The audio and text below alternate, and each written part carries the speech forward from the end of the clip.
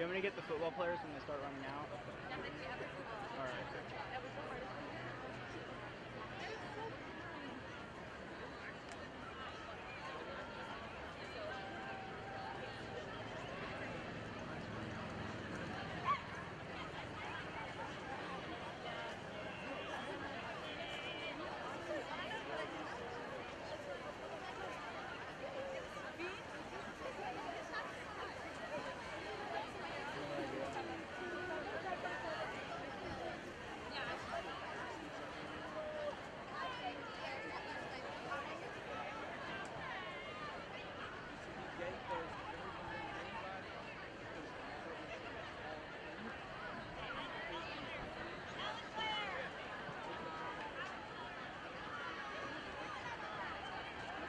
I'm gonna go set this extra comm box and headset in my bag.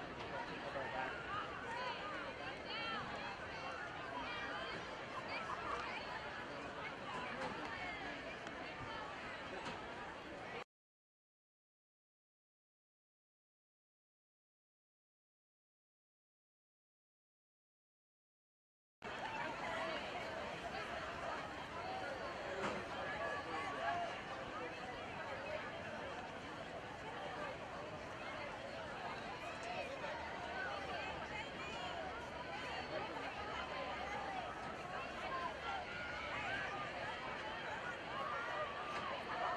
Alright, come back.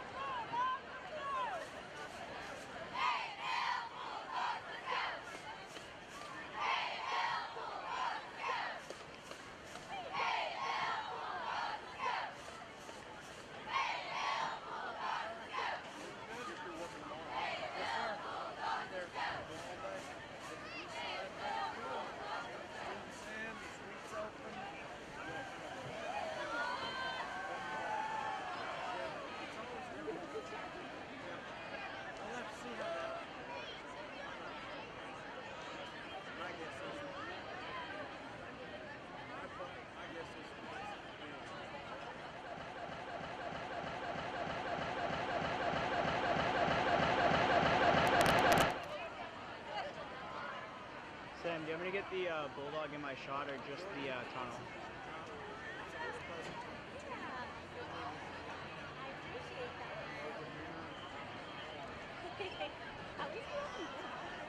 Yeah.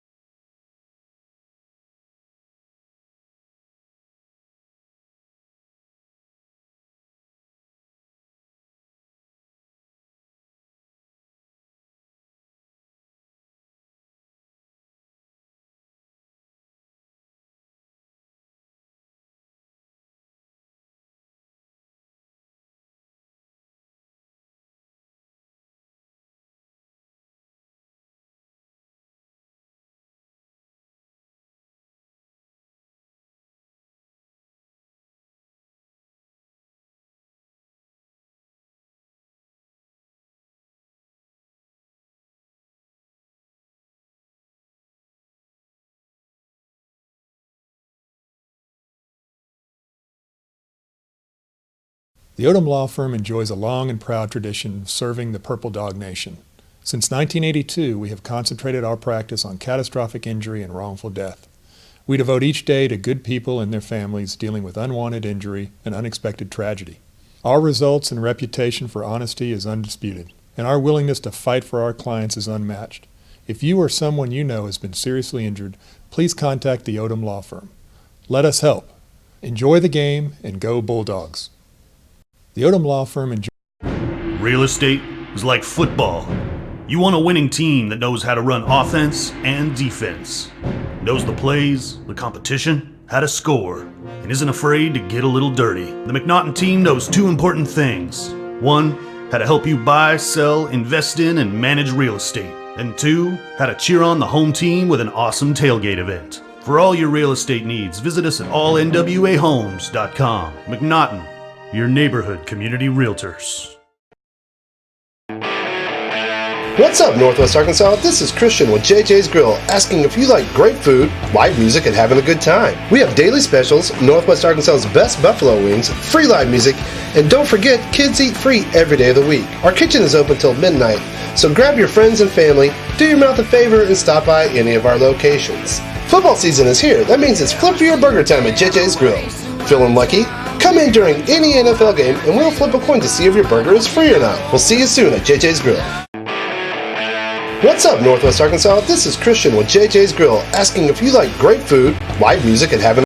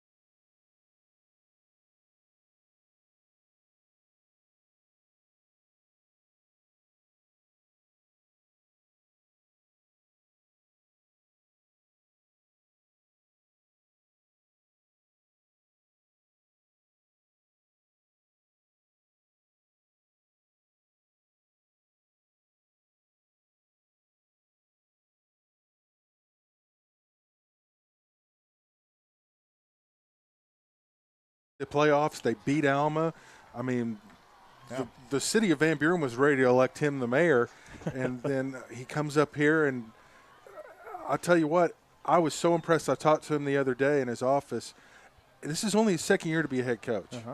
He was just calm, confident. He just act. If you didn't know better, you'd think he'd been a head coach for 10-plus years. He's just got the way he look. carries himself. You know, when the Fayetteville job came open, a lot of people asked, "Who's it going to be?" And my first thought was it might be Casey Dick, because I know all the people who are decision makers in Northwest Arkansas in the high school football realm seem to really like him. And Steve Jansky pulled the trigger on him and took a chance. And we'll see tonight how the Casey Dick era starts. Both of these teams are ranked number 3 in the state, in their respective states. Fayetteville number 3 in Class 7A in Arkansas. Vianney is ranked number 3 in Missouri's 5A. We'll take a break, and we'll come back, and we'll get kickoff under the way. This is Purple Dog Football.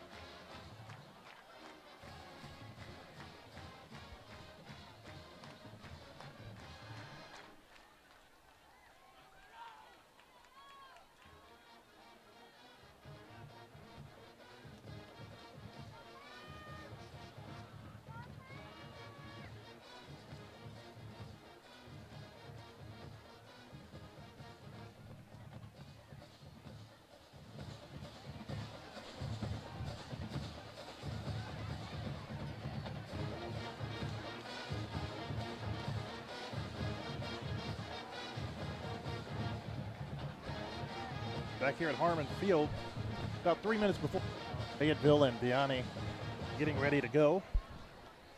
It appears, Blair, that Fayetteville will return the opening kickoff. Yeah, Bulldogs will be moving right to left as we look at the field. Fayetteville played an exhibition game last Thursday night down at Greenwood, and both teams were a little sloppy. I think both coaches would tell you that, but there were some big plays in that game too. And one of the big plays that we saw was a big pass to Bo Stuckey, surprise, the big playmaker last season. Yeah, Flanagan was kind of quiet in the scrimmage. It was a little bit surprising, and it was cut short, of course, by weather. But like last year here. Yes. Yeah. Yeah, something about Greenwood and weather for Fayetteville. Standing back deep for the Purple Dogs, number 1, Bo Stuckey. Number 4, Brooks Flanagan. Brooks Flanagan with a number change from last year. He wore number 8 last season, wearing number 4 this year. Of course, brother is Connor Flanagan, the big playmaker for the Purple Dogs on offense. Brooks Flanagan, a defensive back for Fayetteville. Good crowd on hand, a lot of purple. Really pretty night, too. Everybody's been looking forward to this. Yeah. Across the way, not a lot of people here from Vianney. Of course, that's a long drive. Blair, you and I made it last year. Yes, we did. In the rain. I'd say there's probably maybe 40, 50 people across the way, including somewhere in purple, maybe trying just to spread out a little bit over there in the stands. Back deep for Fayetteville, like we said, number 4, Brooks Flanagan, number 1, Bo Stuckey. And we are almost underway here in the 2019 season. Glad you're joining us, wherever you're joining us tonight. FHSBulldogs.com, the Fayetteville app. Ready for some football. Everybody's been anxious for the season to start, and finally it has arrived. Not sure what we're waiting on. Everybody's got their arms up in the air, and now we're getting ready to play from the white hat. It's a kickoff going to the right side. Remember, Brooks Flanagan had a big kickoff return last year. He drops it, picked up by Stuckey at the 15, out across the 20, and Bo Stuckey will be tackled out near the 30-yard line. So a good return there for the Purple Dogs after it was bobbled. And that's where we will see Hank Gibbs in this Fayetteville offense. Gibbs, a 3-game starter last year when Darius Bowers went down with an injury for the Purple Dogs. He's back this year as a senior, winning a off-season position battle.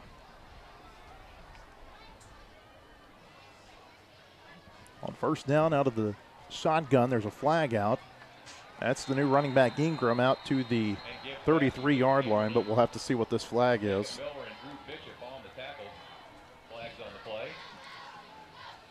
Looks like it might be against the Purple Dogs. Lyndon Polk is our referee. Bill Mock is our umpire. John Jenkins, the lineman. Tony Lloyd is our line judge, and Matt Nilsson is our back judge this evening. Wait for the call. There's no foul on the play. So no foul. So that'll be a pickup of about 3 yards for the Purple Dogs, and it'll bring up second down. Cameron Ingram, the junior running back, caught that ball for Fayetteville. He's the son of Kenny Ingram. Kenny Ingram, the new defensive line coach over at the University of Arkansas. And sometimes, Blair, when you're in a college town like this, you get the college coach's kids, and they oftentimes end up being pretty darn good players. Very good. On second down, Gibbs tried to set up a screen. This is Connor Flanagan at the 35. Flanagan out near the 40. I think he'll be just shy of a first down. And it'll bring up 3rd and short for the Purple Dogs. Flanagan was the state's top receiver last season as a junior. Just an electric player for Fayetteville. A little bit of confusion here with the personnel for the Purple Dogs. And right now, Fayetteville's only got maybe 8 players on the field. Might have to burn a timeout early on. Yeah, they might. And it's still more confusion. There's only 16 on the play clock. Blair, there might have been 20 players running on and off the field here between this play. And Quinn McLean, our starting quarterback tonight for Fayetteville. It was a or situation going in. 5 on the play clock. McLean takes it, direct snap. He's got the first down across the 40 and out to the 44-yard line. McLean had a really nice pass last week down at Greenwood. He had the long touchdown pass to Bo Stuckey as he and Hank Gibbs rotated in and out during the first half when the varsity players were playing during that scrimmage. 5 yards on the pickup for McLean. First down. Gibbs has got trips to the left side. Goes play action, throws. This pass is caught across midfield into Vianney territory, and that should be enough for another first down for the Purple Dogs. Nice little crossing route. A little different this year. Fayetteville will line up 2 wide on both sides. Yeah. A little more wide open. Good for another Fayetteville Bulldog. A good spot and a first down, just like you said.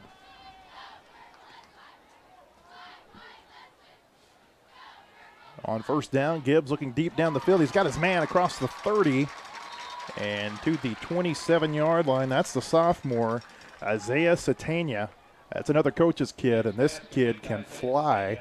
I was looking at some track results from last year. He was first in the pole vault, first in the 110 hurdles, first in just about everything. His dad, longtime track coach at the University of Texas, now an assistant at Arkansas.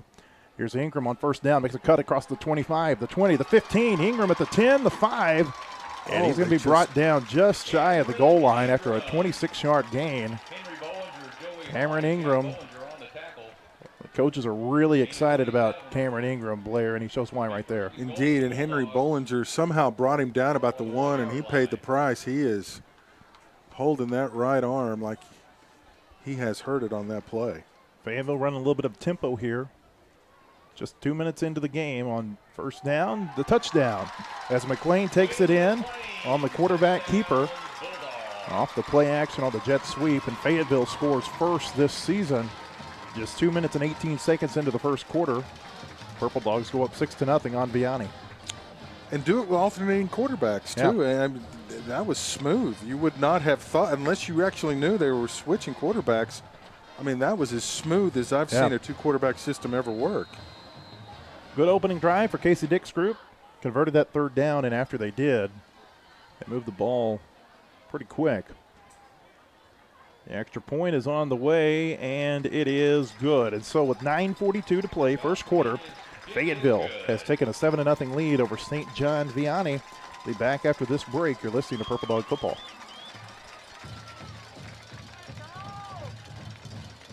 Is your son or daughter learning how to drive? If so, then you know the feeling. Your new driver is out there on roads that are new to them, and the only thing more frightening than that is to think that they might also be on their cell phone. Parents, it's absolutely critical for the safety of our kids and for the public that we eliminate distracted driving. You can do that by enforcing and building good habits now and by following the law that prohibits the use of cell phones by drivers 18 years or younger. If we all work together in that respect, maybe we'll feel a little bit better the next time we hand our kids the keys.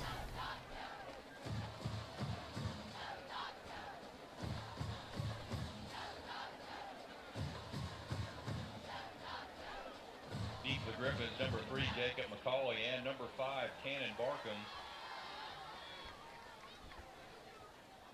Kicking off for the Bulldogs, number 43, Thomas Needy. Back at Harmon Field, 9:42 to play, first quarter. Fayetteville strikes first on a 1-yard touchdown run by Quinn McLean, and the Purple Dogs lead St. John Vianney 7-0. Thomas Needy is the kickoff man for the Purple Dogs. This is a no man's land, and Fayetteville may recover this. Who got it, Blair? Did Vianney fall on it? I think it took an unfortunate bounce, and the Griffins were able to jump on it. But, man, that thing was just sitting there waiting for a Purple Dog to Live pounce. ball. Waiting for the signal, and it appears Vianney does have it. Boy, what a break that is for them. It almost looked like that was on purpose by Fayetteville, kicking it to an open part of the field, and Purple Dogs nearly fell on it. See Casey Dick down here on the sideline, and you're right, he does. He has a demeanor and a confidence about him that you just don't see from younger head coaches. Casey just 32 years old as he coaches his first game for Fayetteville High School tonight. At quarterback for Vianney is Griffin Johns, and he gives it up the middle on first down. That's a really good run for the Griffins out to the 40. Chris Caldwell on the carry. That was Chris Caldwell on the carry for Vianney.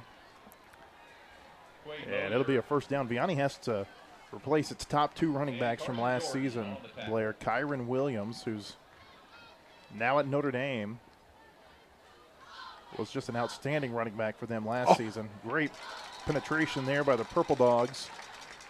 On the tackle that time for Fayetteville was Radarian Cobbs. Yeah, and that'll bring up second down and long. Lost 3 on the play. Yeah. And he was met. They almost had to wait until he got the ball in the handoff to tackle him. They were in the backfield so quickly. I mentioned Kyron Williams at Notre Dame now. Percy Mitchell, another great running back for them as we watch second down. Being pressured, he's going to be taken down in the backfield. On the sack that time for the Purple Dogs, Melvin Comwenda takes down Griffin Johns back inside the 30-yard line. They'll mark it down at the 28, and this is going to be third down and very long for the Griffins. Third down and 22. This Fayetteville defensive line, it was a strength last year, and they've got a lot of older players back this season, and on back-to-back plays, Cobbs and Comwenda make good plays for Fayetteville. Negative yardage plays that puts Vianney in a situation he doesn't want to be in. Third down and 22. They'll just run it up the middle, and there's another hit in the backfield as Fayetteville brings him down at the 25-yard line. We'll see who gets up out of there. It looked like Cobbs might have been one of the ones in there. Dylan Osborne also on the tackle that time for Fayetteville. And on 4th and 25, I don't think Vianney has any choice but to punt it away here. I can't imagine being that aggressive early on. Wow. What pressure by the Fayetteville defense early. Standing back deep for Fayetteville is Bo Stuckey. He's just inside his 40-yard line. Stuckey had a punt return for a touchdown last year. This is a high kick that does not go very far. This is just going to barely get past the line of scrimmage, and it takes a bad bounce for Vianney, and that thing's going to be down inside the 34, almost at the 33-yard line. Outstanding field position for Fayetteville as they take over with 7:33 to play in the first quarter, leading this game 7-0. Wow. It is not going the way for Vianney. And if you're the Bulldogs, you could not have scripted a better start. No, you couldn't. Hank Gibbs back out on the field for Fayetteville. Ingram standing next to him. There might be a foot difference between those two, Ingram and Gibbs. I mean, a stark contrast in height. Gibbs on first down. Plenty of time. Looking right. He's got a man wide open at the 10. At the 5, makes a man miss. Touchdown, Fayetteville. That was Dylan Cattell on the catch for the Purple Dogs. It'll go 34 yards for a touchdown. That's his second big catch of the night. And Fayetteville, just like that, is up by 2 scores. What a great route, wide open. The defense was nowhere to be found, and easy throw and catch. But we've seen early on from Casey Dick's offense is that they're finding the seams.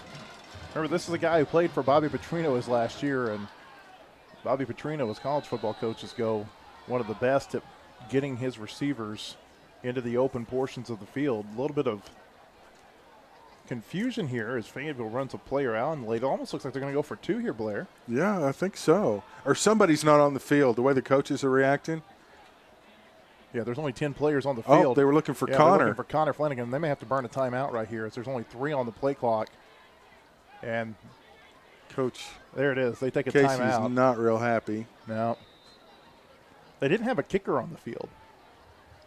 Dead ball, delay game on the offense. Huh. My guess is Connor didn't realize they were going for 2. Yeah.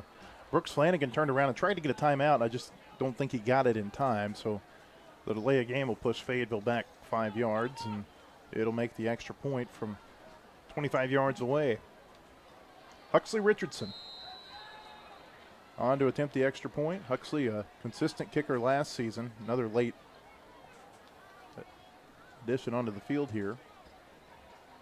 Huxley, really good soccer player, too, for the Purple Dogs. On for his second extra point of the night. Vianney jumped off sides. And that's good for Fayetteville because that was a line drive that went to the left for Huxley. Dead ball, encroachment on the defense. And so that'll move them 5 yards 5 yards closer, and I think they're going to go for 2 now. Yeah, they're bringing Huxley Richardson back off the field, and they're bringing that personnel package back on. So they're going to run the play they wanted to run originally. In the first place. Now so it kind of worked out, but yeah, not the way they wanted it to. They've got all 11 players on the field, I think. Yeah, I count 11 out there for Fayetteville. Bo Stuckey is going to take a direct snap from Brooks Flanagan. It looks like they're going to bring Connor Flanagan in motion. Stuckey takes the snap, running right. Bo being pressured, now just throws, and it's caught. Brooks Flanagan with the catch for the Purple Dogs, and the 2-point conversion is good. And so with 7:25 to play first quarter, everything's going Fayetteville's way. Our score, Fayetteville 15, Vianney nothing. This is Purple Dog football.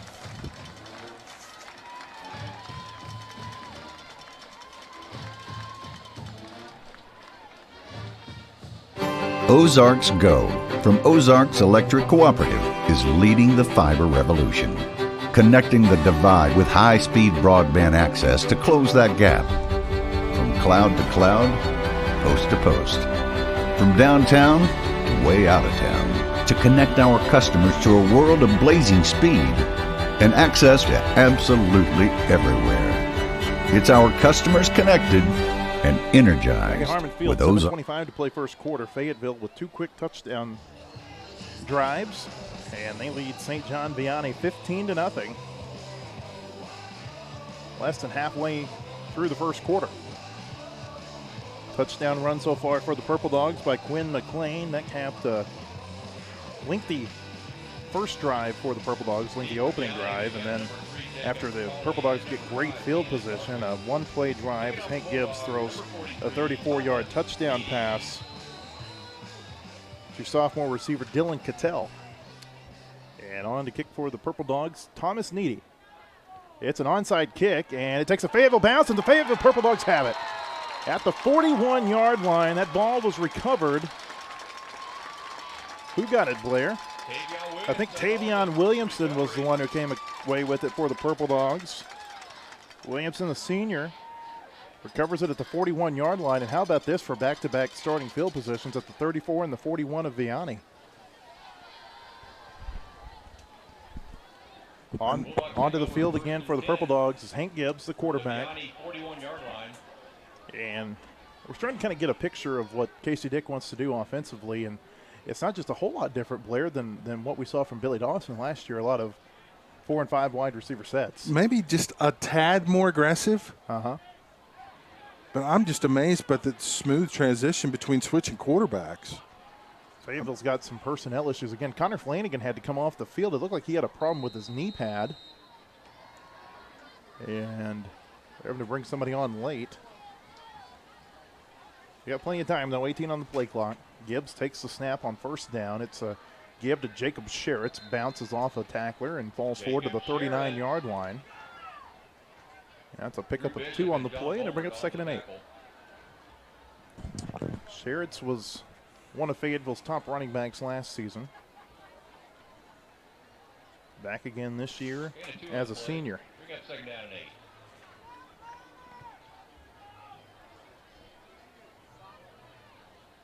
On 2nd and 8, 2 receivers to the left side. Gibbs goes play action, looking deep down the field. Oh, man. Ball bounced off Luke Charbonneau's hands, and Charbonneau gets drilled in the secondary. There's a flag that has come out at about, there's actually 2 flags on the field, one inside the 30 and one just inside the 35. We'll wait and see what this is, but it's in the area where you would think it might be a defensive hold or maybe a pass interference, something like that. I don't know if it was on Charbonneau, but I think that might be what the, well, we'll wait and see. He took a shot. He sure did. And quickly the medical staff taking a look at him. Yeah. Good news is he was able to walk off under his own power. Right. He's being checked on. Downfield on the offense. 5-yard penalty. Replay the down. So an eligible receiver. That was the call against the Purple Dogs, 5-yard penalty. And it'll bring up 2nd down and 13 for Fayetteville. 6:47 to play, first quarter. The Purple Dogs have a 15-0 lead, looking for more after recovering an onside kick. A run a man in motion. That's Ingram, the running back, now 5 wide, and we've got some movement. Flags on the play. And I think that might be an Dead ball. offsides. On the defense. 5-yard penalty. That was offsides against Vianney. And so that gets those 5 yards back. Both times Fayetteville's committed a penalty tonight. Vianney's committed one right back and put Fayetteville back in place where it was before the penalty. So we've got a 2nd and 8. Empty backfield. Gibbs takes the snap. Pretty good protection again. Throws. Nice. This is Connor Flanagan across the 20, and Connor Flanagan down to the 16-yard line. That'll be a pickup of 23 on the play for the Purple Dogs. And Fayetteville back in the red zone for the 3rd time in 3 possessions. Nice throw by Hank. Yeah. Hank Gibbs looks a lot more poised tonight than he did early against Greenwood last week. Was very uncharacteristic. Yeah, not real accurate early in that game. He played well in some games last season. Gibbs on 1st down, being pressured. He's just going to run at the 15. He may take this all the way at the 5. Gibbs bounces off a tackler, and he's going to be knocked down at the 1-yard line. A pickup of 15 on the play. I thought we might see him do a Sam Bradford there for a second, but he gets knocked down. Wisely didn't. The receivers are going to catch a little grief when they look at that on the film because they should have picked up the blocks on the guys in the end zone, and Hank could have just walked right in. And instead he didn't. But it's all for naught now. Moot, as it's a hold against the Purple Dogs. I didn't see that flag come out. There it is. It's inside the 25, right there at the 24-yard line. That'll nullify a big gain for Hank Gibbs, but he looked a little bit quicker. He did. Player than I remember him looking last season. And he didn't play basketball last school year, which was, I'm sure, a little disappointing for some of the basketball fans, but man, he's looked good tonight. In Gibbs' defense, his speed last year was judged against Darius Bowers, who was one of the quickest quarterbacks. Yeah, that's not really a fair comparison, is it? 3 receivers right side on first down and long, set up the screen. This is Ingram at the 30. Cameron Ingram cuts inside at the 20. There's another flag come out. 2 of them. Ingram's at the 15. He's going to score here, but I think this is going to come back after a 32-yard touchdown reception. Then Ingram might have run about 55 yards on the play, running all the way back across the field, but I think this is going to be another hold against the Purple Dogs. And I don't think they got a hand on him the entire 55 yards he ran, did they? It didn't look like it. Man. Illegal block in the back by the offense. Block in the back against the Purple Dogs. It's going to move Fayetteville way back. That was 1st and 26. This will make it player close to about 1st and 40. Yeah, they're going to have their work cut out for them. They're putting some stuff on tape that they can watch. They'll get better. Mark the ball at the 39-yard line. Fayetteville needs to get to the 6 to pick up a 1st down, so it's just your everyday 1st down and 33. 3 receivers to the right side. Gibbs with Sherritts to his left in the shotgun formation. Hank pump fakes. He's got a man wide open at the 5. Touchdown Fayetteville. Guess who? Connor Flanagan just got 2 steps on his defensive back, and that was about as easy as you could draw it up for Fayetteville. Another big play. 39-yard touchdown pass from Gibbs to Flanagan, and it's all Fayetteville early on. 21-0. They look fantastic. Of course, Connor, that monster year last year, set so many school records. He had a big game against Vianney last year. He came out swinging. Yeah, and never let up. I think he had over 300 yards, 313 receiving yards, I believe, is what he had in that 302. game. 302, okay. finished with 1695 and for the season. And if you remember, he had like a special teams returns. I think he had. Well, that was Brooks who had the return. Yeah. Remember, he had a 98-yard touchdown catch. I believe that's it was right. 98 called back. Yeah, because of a penalty. That's right. That's right. Huxley Richardson's extra point is good, and everything's going the Purple Dogs' way. 22-0 Fayetteville. 5:50 to play first quarter. This is Purple Dog football. Real estate is like football. You want a winning team that knows how to run offense and defense, knows the plays, the competition, how to score, and isn't afraid to get a little dirty. The McNaughton team knows two important things. One, how to help you buy, sell, invest in, and manage real estate. And two, how to cheer on the home team with an awesome tailgate event. For all your real estate needs, visit us at allnwahomes.com. McNaughton, your neighborhood community realtors. Back at Harmon Field, 5:50 to play first quarter. Fayetteville leads St. John Vianney 22-0. As Purple Dogs have scored on all three of their offensive possessions. It's been a great start. I mean, I don't know. Honestly, I don't know that you could have scripted a better opening. You know, Casey Dick reminds me a little bit of right now is Kevin Kelly. The onside kicks, the two-point conversions. It kind of has that feel. Very aggressive. Boy, that was a show last night, wasn't it? Yeah, that was something else. Man. 84-68.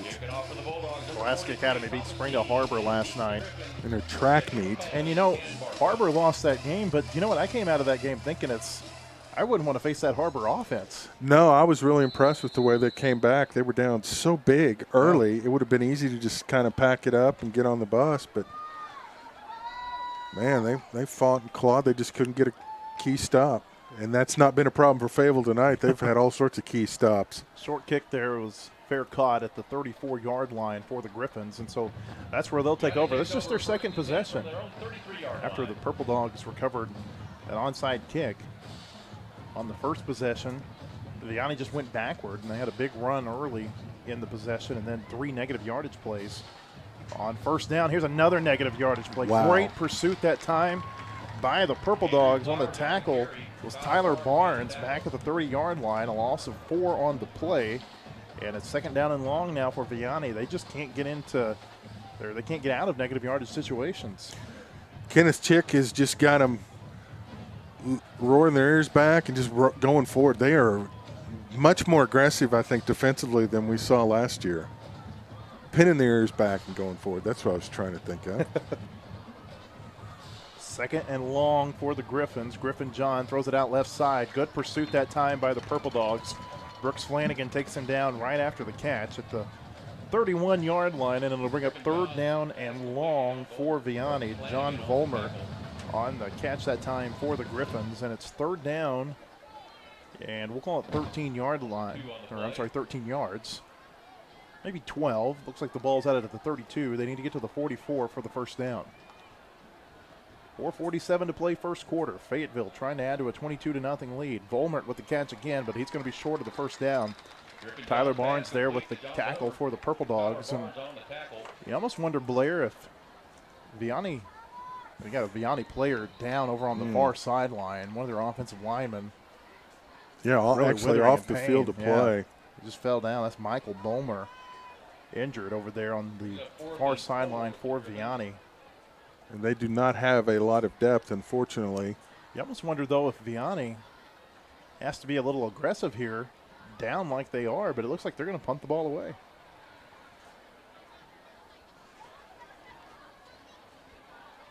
Fayetteville with a chance to really blow this game open here early on as Vianney looks to punt it away on fourth down and 3. Bo Stuckey back deep again for the Purple Dogs. Standing inside his 30, back at about the 26-yard line. And we might have had a little technical issue there at the start of the broadcast. We apologize for that. First game, always trying to get some things worked out. Please turn the play clock off. And the play We'll clock keep the play clock on the field. is going to be kept on the So field. No longer be a 40-second play clock. While we have it on the field, it'll be 25. Okay. And that was one of the new. That's One one of of the the new new rules. rules we haven't mentioned yet. 40-second play clock this year, but it'll be a 25-second play clock because of some technical difficulties, I guess. Yeah. Well, and it's interesting, too. I was looking at the sheet that the AAA sent out, there are certain times when it goes Oh, it's to a bad 25. snap. Oh, no. It's over his head. Tyler Barnes closing in fast, and Vianney falls on it just back at the 11-yard line. They'll mark it at the 12. Could you get any better field position if you're Fayetteville? The 34, the 41, and now they're going to start inside the red zone at the 12-yard line with 4:18 to play in the first quarter. It's kind of a double-edged sword. You like the short field, but first game of the year, you kind of want to be able to work on some things. But I guess you can work on the short yardage package now. Ozarks Go, one of our sponsors tonight. Ozarks Go is a telecommunications subsidiary of Ozarks Electric Cooperative, offering all-fiber gigabyte internet and premium television and telephone services to Northwest Arkansas and Northeast Oklahoma. Changing the definition of internet, Ozarks Go, a proud sponsor of Bulldog football. 4:18 to play first quarter. Fayetteville trying to add to a 22-0 lead. Everything has gone right for the Purple Dogs tonight, and everything has gone wrong for the Griffins. On first down, Hank Gibbs looking right side. He's got a man open, but he's just going to tuck it and run, and he falls down inside the 5-yard line to the 4. Took a big hit. He had Luke Charbonneau open in the right corner of the end zone. He just didn't see him as the pocket collapsed, and he had to tuck it and run. It'll bring up second down at 2 for the Purple Dogs. Great protection by the line. Gave him a lot of time. Just couldn't find anybody open. And that's the tough thing with the short field. There's not as, especially with the speedy receivers Fayetteville has, you can't, kind of neutralizes their speed a little bit. Kenny Ingram's the running back in here on second down. Gibbs gives it to Ingram, runs inside, and he's going to be short of the first down marker. In fact, he may have only gotten back to the line of scrimmage. It'll bring up third down here for Fayetteville. I thought his forward progress might have gotten him a yard, but they're not going to give him, well, 3/4 of a yard maybe. Yeah. They mark it at the 4. It'll be third down at 2. And he brings an element they really didn't have last year, Matt, and having a solid running game. Though we saw Terry come on strong as the running back toward the end of the year. Third down. Gibbs looking right side, throws, passes, caught, touchdown, Luke Charbonneau. 2-yard touchdown pass from Gibbs to Charbonneau, and that's Gibbs' third touchdown pass of the first quarter. And with 3:02 to play, the Purple Dogs are up 28-0. Well, that was pretty slant route. Yeah. The game has changed now. I don't know how you play defense anymore. I mean, it's so slided toward the offensive side of things. And on those slant routes, I don't know how you defend them. Beautiful route by Charbonneau. Charbonneau, kind of the forgotten receiver from Fayetteville last season. The play of Stuckey and Flanagan was just so good. But Charbonneau had a lot of big plays for these Purple Dogs and makes a good one here. Thomas Needy is on to attempt the extra point, and we've got a flag. Clock maybe? No, it's a false start against Fayetteville. Dead ball, false start, 5-yard penalty. False start there. It looked like it was on the right side of the line, Blair. That's the second false start on a extra point attempt for the Purple Dogs. I think they called that one on Dominic Green, junior number 57 on the right side. So Needy will attempt this extra point from 25 yards away. It's a good snap, good hold, and the kick is good. So with 3:02 to go first quarter, our new score, Fayetteville 29, Vianney nothing. This is a little bit of a shocker unfolding here at Harmon Field. We'll be back in a moment. This is Purple Dog football.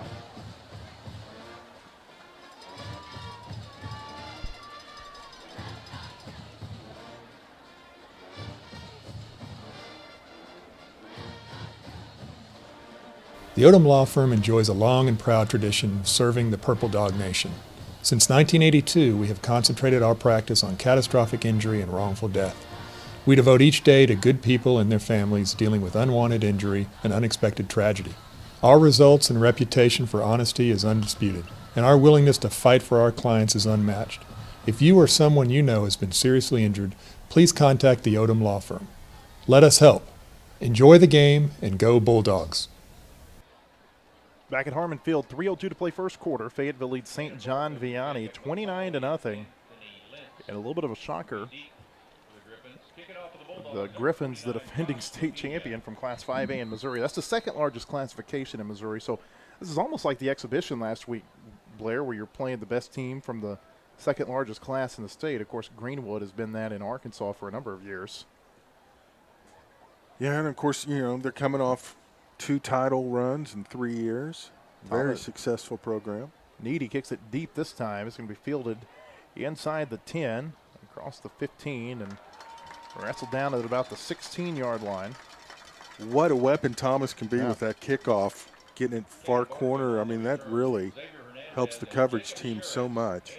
Cannon Barkham on the return that time for the Griffins, and that's where they will start 1st and 10 with 2:55 to play in the quarter. Our game tonight being brought to you in part by Odom Law Firm, established in 1982. Odom Law Firm is an ever-changing firm adapting to provide you with the best legal representation in Northwest Arkansas. Over 100 years of combined experience, dedicated, knowledgeable, experienced lawyers. Odom Law Firm, proud sponsor of Bulldog football on 1st down. Griffin Johns throws it out to the right side, and they've almost got a 1st down. On the catch that time was Jacob McCauley. And it is a 1st down for the Griffins out to the 27-yard line. It was just the second 1st down for them, is it not? Yeah, well, they had a 1st down on the first play of the game. And I think just about every play since then has been a negative yardage play, as Fayetteville's defensive line has had great penetration. Griffin Johns looking to his left this time. That pass is intercepted. Tyler Barnes at the 30. Can he break a tackle? No, he cannot. He'll be brought down at the 22-yard line. Touchdown saving tackle that time by John Volmert, but Tyler Barnes, who made a lot of big plays for the Purple Dogs late last season, makes one here.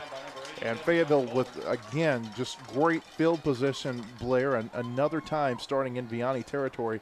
This will be the 4th time they've started in the Griffins territory tonight at the 22-yard line. I just cannot say enough about the way the defense has played tonight. They've been so aggressive, and they have just been coming at them.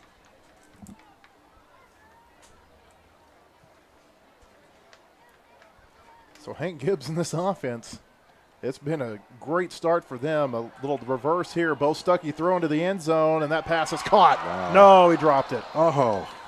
He dropped it. He underthrew Connor Flanagan in the end zone, and Flanagan would have had to make it a spectacular catch to hold on to that ball.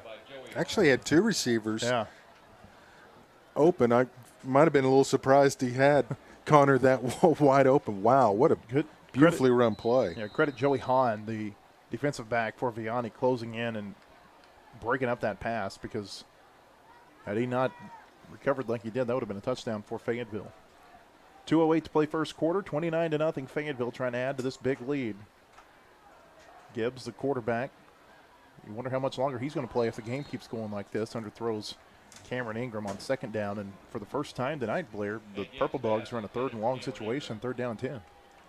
Yeah, it'll be interesting to see Coach Dick's philosophy here. I like the new wrinkle with the pass there. Very aggressive. Of course, Casey, very successful as the offensive coordinator at Bentonville West before taking the Van Buren job. Yep. And successful in college, as you mentioned. I mean, who better to run an offense? 3rd down and 10, 3 receivers to the right, 2 to the left. Yeah, Casey became a solid quarterback his senior year at Arkansas. At the time, set a lot of passing records for the Razorbacks. Timeout. St. John Vianney will take it. We'll stay right here. 2:04 to play in the 1st quarter. I want to tell you that tonight's game is brought to you in part by McNaughton Real Estate. They've served buyers and sellers for more than 35 years. McNaughton looks forward to earning your trust and respect through our raving fan level of service and our extensive local knowledge. McNaughton Real Estate is proud to sponsor the Fayetteville Bulldog football team. 3rd down and 10. Fayetteville trying to put up a 30 spot in the 1st quarter against Vianney. Amazing. Just a really – and again, Blair, we can't overstate this. This is not a bad football team from the state of Missouri. They've changed. They've got a new head coach, just like Fayetteville does. But this is a team that's won 2 of the last 3 state championships in Missouri, where football's pretty good. Yes, and you got to think come playoff time, they're going to be a force to be reckoned with, no question about it. I love watching the demeanor of Coach Dick, just kind of calmly. Yeah. I mean, for a guy that's only his 2nd year as a head coach, I mean, I'm just blown away by how calm and cool and collected he is. He had his college coach, Houston Nutt, speak to the team. Boy, I bet they were ready to pound through a wall after that. Hank Gibbs on 3rd down, throw to the end zone, touchdown Fayetteville. Luke Charbonneau right on the money, 22 yards away, and it just is going right for Fayetteville tonight. Their first 3rd and long, and they convert it easily a 22-yard touchdown reception, and it's 35-0 as Huxley Richardson runs out on the field to attempt another extra point. Well, they've got 2 kickers on the field. Got to choose. Well, it's nice to have a choice, right? What a throw by Gibbs. I mean, the pressure was coming. I thought for a minute they were going to get his arm before he could get it out, but he stayed with it, made a strike. Another connection to Charbonneau for 6. Josh Pena on to attempt the extra point for the Purple Dogs, and it's good. Good leg on him. So with 1:59 to play in the first quarter, our new score, Fayetteville 36, St. John Vianney nothing. This is Purple Dog football. Is your son or daughter learning how to drive? If so, then you know the feeling. Your new driver is out there on roads that are new to them, and the only thing more frightening than that is to think that they might also be on their cell phone. Parents, it's absolutely critical for the safety of our kids and for the public that we eliminate distracted driving. You can do that by enforcing and building good habits now and by following the law that prohibits the use of cell phones by drivers 18 years or younger. If we all work together in that respect, maybe we'll feel a little bit better the next time we hand our kids the keys. Back at Harmon Field, 1:59 to play in the first quarter, and this score is not a typo. It is 36-0 Fayetteville, leading St. John Vianney after just an outstanding offensive show by the Purple Dogs. 4 touchdown passes so far for Hank Gibbs. Touchdown passes to Cattell, threw 1 to Connor Flanagan, and then he's thrown 2 now to Luke Charbonneau, including a 22-yarder just a moment ago to put the Purple Dogs up by 5 scores. Had the 6 touchdown game against Rogers last year. Yeah. He's close to matching that. In a quarter. Again, the record's 7, Brandon Allen and Taylor Powell. That's pretty good company to be in the record book. So many good quarterbacks that come through here. Huxley Richardson with the sky kick. It'll be returned from the 25 across the 30 and out near the 40-yard line. A good return that time for Vianney. Uh-oh, a little chippiness. Look out. Two flags come out. Come on, guys. A lot of pushing and shoving. Fayetteville would be smart just to remove itself from this situation here. And credit the officials of doing a nice job of getting in there and kind of breaking it up, because that thing could have escalated very quickly. Unless I missed something. I didn't see anything that looked. Well, there was one pile, there was some pushing and shoving, and then right after those kind of quit, there were 2 others going at it pretty good. Markham was the return man.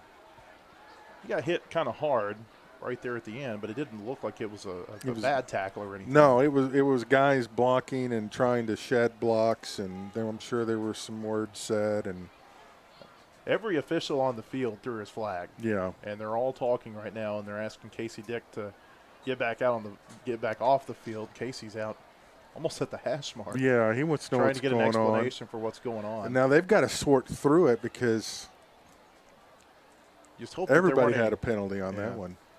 Well, you just hope that there weren't any punches thrown and players. I don't think there were any. It was just a lot. It looked more like shoving. I didn't see anybody try to unload a punch, but.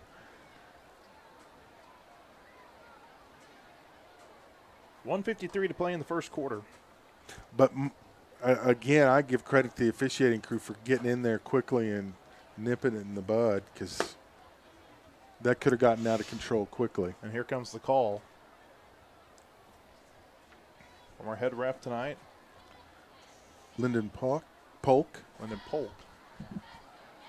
Having this discussion with Coach Dick. Coach Masters having a discussion with John Jenkins, the linesman. A lot to sort out here. After that little scuffle between the teams on the kickoff. I almost wonder if it's going to offset. It doesn't look like Casey's real pleased I don't think with he's the happy. explanation that he's getting. There you see a good show of sportsmanship as that's good to teams are see. shaking hands. That's something we don't see enough of, to be honest. Quarterback Griffin Johns was the first one out there for Vianney. That's class. Shake hands with the Fayetteville defensive line. Still waiting to hear, though, what the call is, and I think we're getting it now. Oh, okay. Here we go. 2 dead ball personal fouls on the white team. 1 dead ball, unsportsmanlike conduct on the purple team. We will mark off 15 yards on the odd penalty on white. Okay. So 2 penalties against Vianney, 1 against Fayetteville. And 2 personal fouls and an unsportsmanlike conduct, yeah. So after the dust settles, it's going to be a 15-yard penalty, essentially a 15-yard penalty against Vianney. It'll mark them back 15 yards back to the 24-yard line. And that's where the Griffins will begin with a 1st and 10, 1:53 to play in the first quarter. I keep wanting to call them the Johns player because their quarterback's name is Griffin John. Johns in the shotgun here on 1st down. 3 receivers to the left. Takes the snap, and there again, Fayetteville in the backfield. They just lived in the backfield tonight. A great tackle that time by the Purple Dogs, and now there's a flag come out, and they may get Fayetteville for a little bit of talking right here after a big play. It looked like Cobbs was the one who got to him, and Cobbs is getting an earful from Casey Dick as he runs off the field. Foul on the defense, 15-yard penalty will result in a 1st down. Correction, that was Montel Terry who had the tackle, and that's who got an earful from Casey Dick as he ran off the field. They don't give the number of the penalty in high school football, but a lot of times you can tell who the instigator is by watching the coaching staff. Yes. And I think Montel Terry right now is on his 3rd coach right now since he ran off the field. You know who that was on. He's running the gauntlet. Yeah. So 15-yard penalty there, and that'll move Vianney back to the 38-yard line. Still a little more than a minute and a half left in the first quarter. Just an action-packed first quarter here on 1st down. A pass out to the left side. Good tackle that time by Tyler Barnes. The reception was by Jacob McCauley. 2 yards to the 40-yard line. I tell you, the first Bulldog that gets the guy with the ball is bringing him down. They are not missing very many tackles at all. They are very sharp. If so much talk in the offseason, and rightfully so with the way he played last year, was about Quade Mosier on this defense, but it has been all Tyler Barnes. Yeah. From his linebacker position here early in this game. On 2nd down, Fayetteville's going to get him again. A sack. Griffin John's going to be taken down back at about the 35-yard line. I think Melvin Comwenda might have been the first one to get to him. Cobbs was in there, too. Cobbs was in there, too. Also in there was Jalen Oliver. All those players are seniors. Fayetteville goes senior, senior, senior, senior across the front 4. You don't find that very often. And they're big seniors. They're experienced seniors. Yes. That's a good-looking defensive front. Yeah. Oh, yeah. Well, the defensive line last year was phenomenal, too. That was a loss of 4 as they marked the ball at the 36-yard line. 3rd and long, 3rd down and 12. Vianney needs to get to its 48. Johns throws. His pass is intercepted. This is going to be a pick 6. At the 30, the 20, the 10. Touchdown, Fayetteville. What an outstanding return by Tavion Williamson. We'll give him about 40, 45 yards. Couldn't quite tell where he caught that at. But he picked it, and he took it all the way back. Fayetteville's got 42 points, Blair, and it's not even the second quarter yet. I am stunned. Oh, my goodness. I wouldn't have believed this had you told me this. No. They are just putting it to them. That's outstanding. 14 seconds to play in the first quarter, and Fayetteville leads St. John Vianney 42-0. Momentum is a powerful thing, and the Bulldogs have a ton of it right now. Huxley Richardson on to attempt another extra point.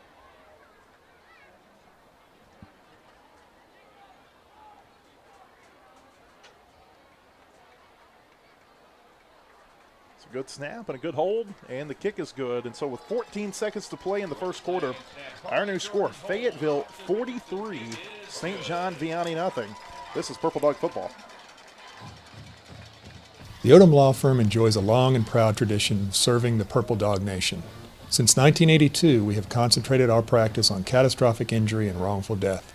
We devote each day to good people and their families dealing with unwanted injury and unexpected tragedy. Our results and reputation for honesty is undisputed, and our willingness to fight for our clients is unmatched. If you or someone you know has been seriously injured, please contact the Odom Law Firm. Let us help. Enjoy the game and go Bulldogs. Back at Harmon Field, 14 seconds left in the first quarter, and can you believe the score? Fayetteville leads St. John Vianney 43-0. I mean, it's what crazy. else can you say? This Wow.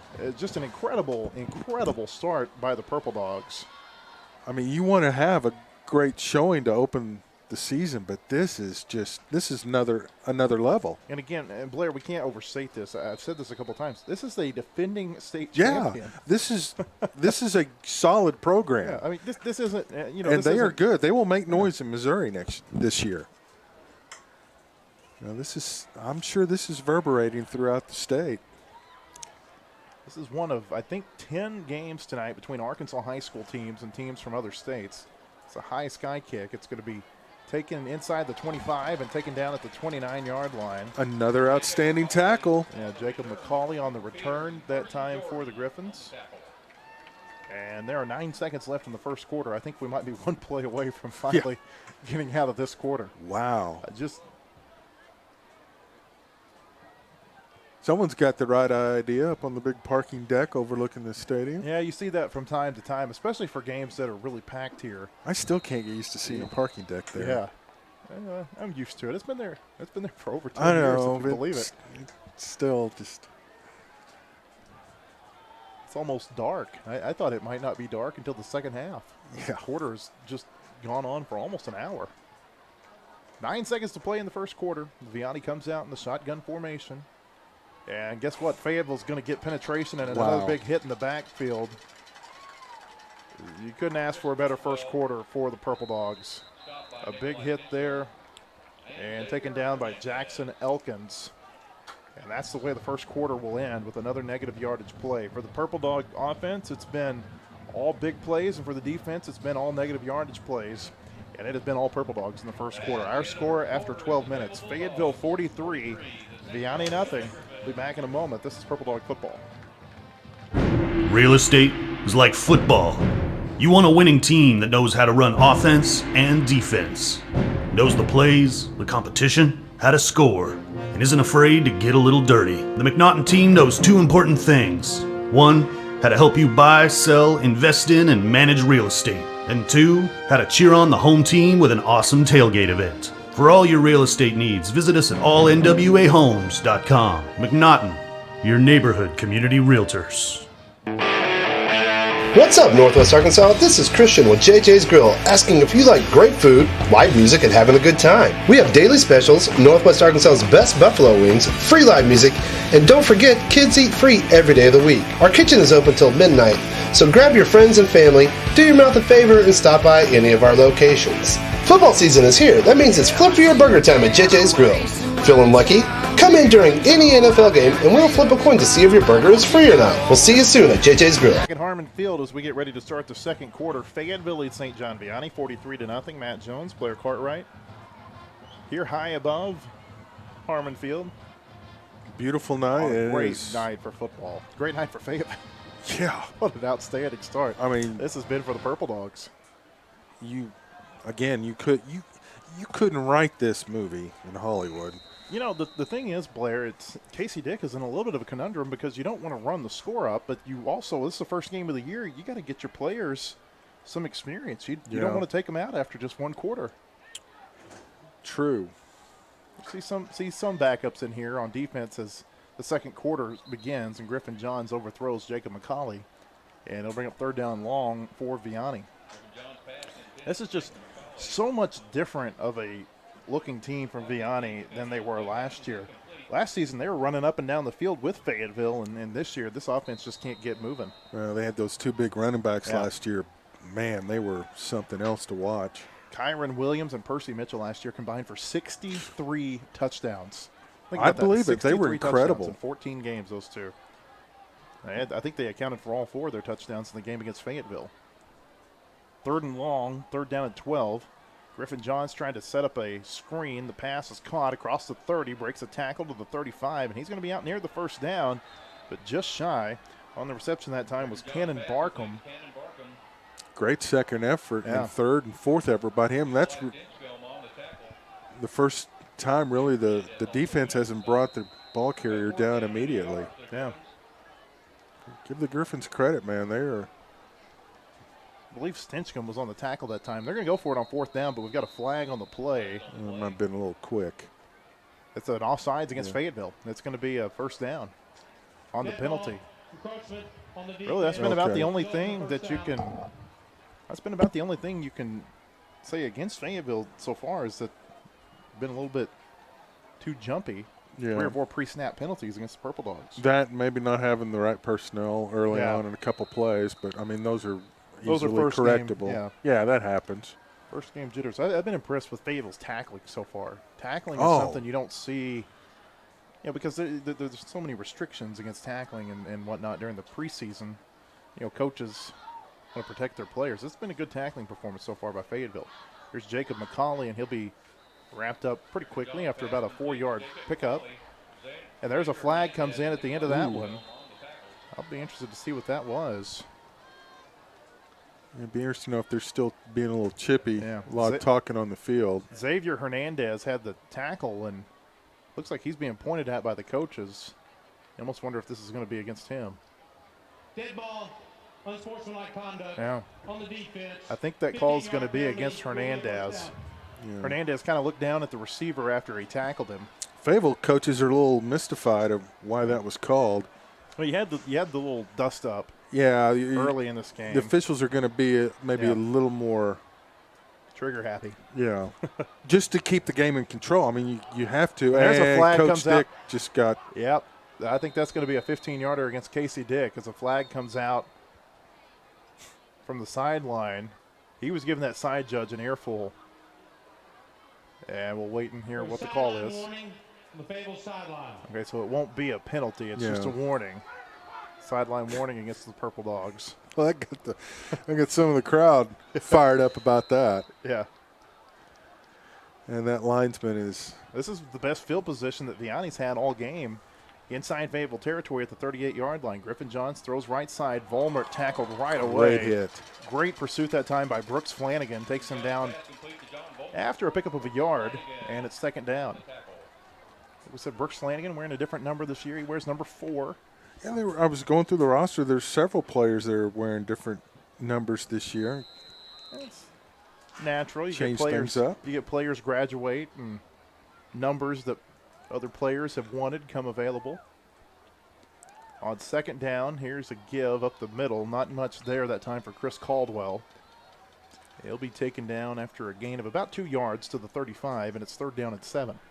A little new look on the helmet, too. The little purple stripe that kind of fades out midway through. Looks real sharp, especially in the lights. Yeah. Get you some scores from across the area, some games tonight that we're interested in. 2 games involve Fayetteville's next 3 opponents. Bentonville West playing Owasso tonight, and, of course, the Salt Bowl going on down at War Memorial Stadium. Oh, you know they got a big crowd for that. They do. Griffin Johns throws incomplete, looking for McCauley on the sideline. McCauley ran inside. Johns was trying to throw outside, and I'm not sure McCauley could have gotten into it anyway. It was out of play, and it'll be fourth down now for the Griffins, 4th and 7, with 9:44 to play in the second quarter. And, of course, Vianney doesn't have anything to lose. They'll be going for it here on 4th down. 2 receivers to either side. Johns looks toward his sideline, gets the call. This has just been as impressive of a start to a game that I can remember. And on 4th down, he's going to throw complete, but he's going to be well short of the first down. On the tackle that time for the Purple Dogs was the sophomore Caden Turner, and that'll be a turnover on downs. Fayetteville will take over at its own 30-yard line. I want to remind you that tonight's game is being brought to you in part by McNaughton Real Estate. McNaughton has served buyers and sellers for more than 35 years. They look forward to earning your trust and respect through raving fan level of service and extensive local knowledge. McNaughton Real Estate is proud to sponsor the Fayetteville Bulldog football team. You mentioned the schedule. We'll talk about the non-conference schedule here in a minute. Wow, pretty loaded this year. Looks like Quinn McLean's in the game. The backup quarterback's going to give it across the 30 to the 33-yard line. Jacob Sherritt's the senior on the carry that time. About 3 yards on the play, and second down at 7. And we mentioned next week we're at Owasso, and then Bryant comes to town. And that's 3 pretty huge games right in a row. Yeah. And then conference. Owasso at Bentonville West tonight. Bentonville West leading that game early in the second quarter, 7-6. Remember, they had a shootout last year. Oh, yeah. Over in Owasso, where Bentonville West scored 35 points in the fourth quarter and still lost. And lost their quarterback, too. And yes, they did. Jacob Sherritt's on the carry again, about 2 yards across the 35, and it'll bring up 3rd down and 4 for the Purple Dogs. That'll be a popular video in the coaches' offices over the next month. Yeah. Try to get a Salt Bowl. Well, the Salt Bowl is just now kicking off. Oh, wow. So Delayed by storms? Well, I don't know if it was delayed by storms. Or of course, just getting everybody in the stadium. All those people had to get up from Bryant and Benton up into Little Rock, and we'll talk more about it in just a minute. McLean takes off on 3rd down. He's got a 1st down across the 40 out to the 43-yard line. Good run that time by Quinn McLean, senior transfer quarterback. On the tackle that time for Vianney was Joey Lyon. And Fayetteville continues to move the chains. That's 3 third down conversions tonight for the Purple Dogs. He put up some big numbers at Elkins. Now making a difference for Fayetteville. And we've got movement. Yeah. I think this is going to be another false start against Fayetteville. 8 o'clock, or this is, that's offsides against Vianney. So it'll be 1st and 5 now for Fayetteville. Talk about 8 o'clock kickoffs in South Arkansas. You have Rising and Fordyce. They play every year. It's only 17 miles from one school to the other, but they have an 8 o'clock kickoff every year to make sure everybody's got enough time to get from one town to the other town. That's kind of a tradition down there, 8 o'clock kickoff. 8 o'clock kickoff here tonight for the Salt Bowl between Benton and Bryant. We'll get some score updates from Little Rock as they come along. That game may end 2 hours after we're finished here. Quinn McLean on 1st down across midfield. He's at the 40, down to the 35-yard line. Really nice run that time by McLean. 17 yards on the carry and another 1st down for the Purple Dogs. Well, what a dimension that brings to the offense. You've got a quarterback who can run. He can also throw, and then Gibbs, we know what he can do. Yeah. Man, that will give some defensive coordinators nightmares. Hank Gibbs has looked really good tonight, but I thought McLean looked like he looked really good in the scrimmage. I thought he looked better in the scrimmage last week. McLean on 1st down, the give to Sherritt's left side.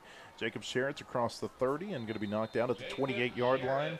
And this offensive line for Fayetteville, Blair, just keeps getting a really good push. And it seems like every run play for Fayetteville goes for 5, 7, 9 yards. It makes a huge difference. That was maybe the one weakness the offense had last year was in the terms of the running game. Boy, if you can run and pass, I mean, obviously easier said than done, but if you can do that consistently, it'd be tough to beat. 7.5 minutes to play in the second quarter. Fayetteville leads this game 43-0, looking for more. McLean goes play action, throws it high. Connor Flanagan goes up to catch it at the 30. He breaks a tackle. Guess what? He's going to score. At the 10, the 5, touchdown, Connor Flanagan. I tell you what, Connor Flanagan sure likes playing Vianney. That big game last season, his 2nd touchdown tonight. And Fayetteville's an extra point away from having 50 points less than halfway through the second quarter. That's Connor Flanagan being Connor Flanagan. I mean, that's what he does. You just get the ball in his hands and you just give him a little bit of space, he can make it happen. Yeah, I mean, that was all Connor Flanagan on that play. It wasn't a good pass, and the defender came up and met him right as he was tucking the ball in. But made him miss, and boom. He's gone. He's got great speed, Blair. Just outstanding speed. Here's the extra point, and this time it's Thomas Needy knocks it through. Fayetteville using 3 kickers tonight on extra points so far. Everybody may get to play before this game's over. 7:19 to play second quarter. Fayetteville 50, Vianney nothing. This is Purple Dog football.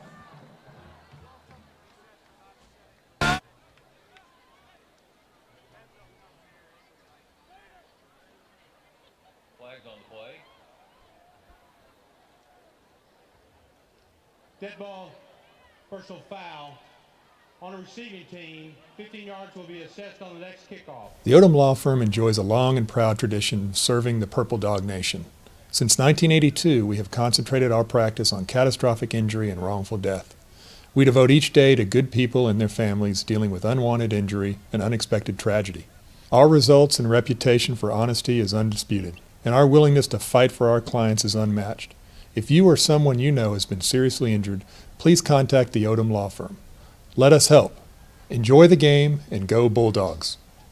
Back at Harmon Field in Fayetteville, Fayetteville leads St. John Vianney 50-0. A game that, Blair, I don't know. What do you say after this start by the Purple Dogs? This has just been an outstanding first. I'm shocked. 17 minutes, yeah. I thought they might. I thought they would, I was interested to see how they would look, but holy cow. Yeah. I mean, they are a comet right now. That's just unbelievable. I would not have, especially after watching the PA game last night, I didn't expect I'd see a game that might have more points. Wow. Yeah. Pretty incredible. There was a penalty that they announced while we were away. It was a personal foul against Vianney after the kick, or after the extra point, and so it'll be a 15-yard penalty that's being assessed here on the kickoff for the Purple Dogs, and so Fayetteville will kick the ball away from the Vianney 45. Update from Centerton. West is up on Owasso 20-6 with 5:20 to go in the second quarter, and West has the football. Renville West. That's a good team. There's a kick. Going to go and bounce off the inflatable. Yeah. And so Vianney will start from the 20-yard line. We were talking about Bentonville West. The Owasso game last year, their star quarterback gets knocked out, and they had to start a sophomore the rest of the season. And boy, he looked good. They came here to Fayetteville, and he looked really good that game. Yeah. And they beat Fayetteville and just He's about ran the back. table in the conference, and now he's got 2 years of eligibility left. Now, Brian Pratt and Casey Dick, very good friends, so that'll be an interesting a week for them. Of course, next week you've got the Bill Blankenship factor. Yeah. Former Fayetteville head coach going up against the Purple Dogs for the second time. Owasso was only 7-5 last year. Here's a first down, a shovel pass, and Fayetteville right there to take it away. About a yard loss on the play. Continue the purple swarm. Yeah, I mean, we got to be at about 10 negative yardage plays right now for Fayetteville. They are just pinning the ears back and coming forward much more aggressive. Dylan Osborne was on that tackle. Barkham, the receiver. Here's Griffin Johns looking left, and he's just going to throw it away on second down as he was hit and knocked down. A good clean hit there that time by Caden Turner, the sophomore linebacker. And helped him up afterwards. Yeah, 3rd and long now for Vianney. 6.5 minutes to play in the second quarter with Fayetteville leading this game 50-0. I just can't believe anybody saw this coming. So we're talking about Owasso. They were 7-5 last year. Of course, they didn't play the season.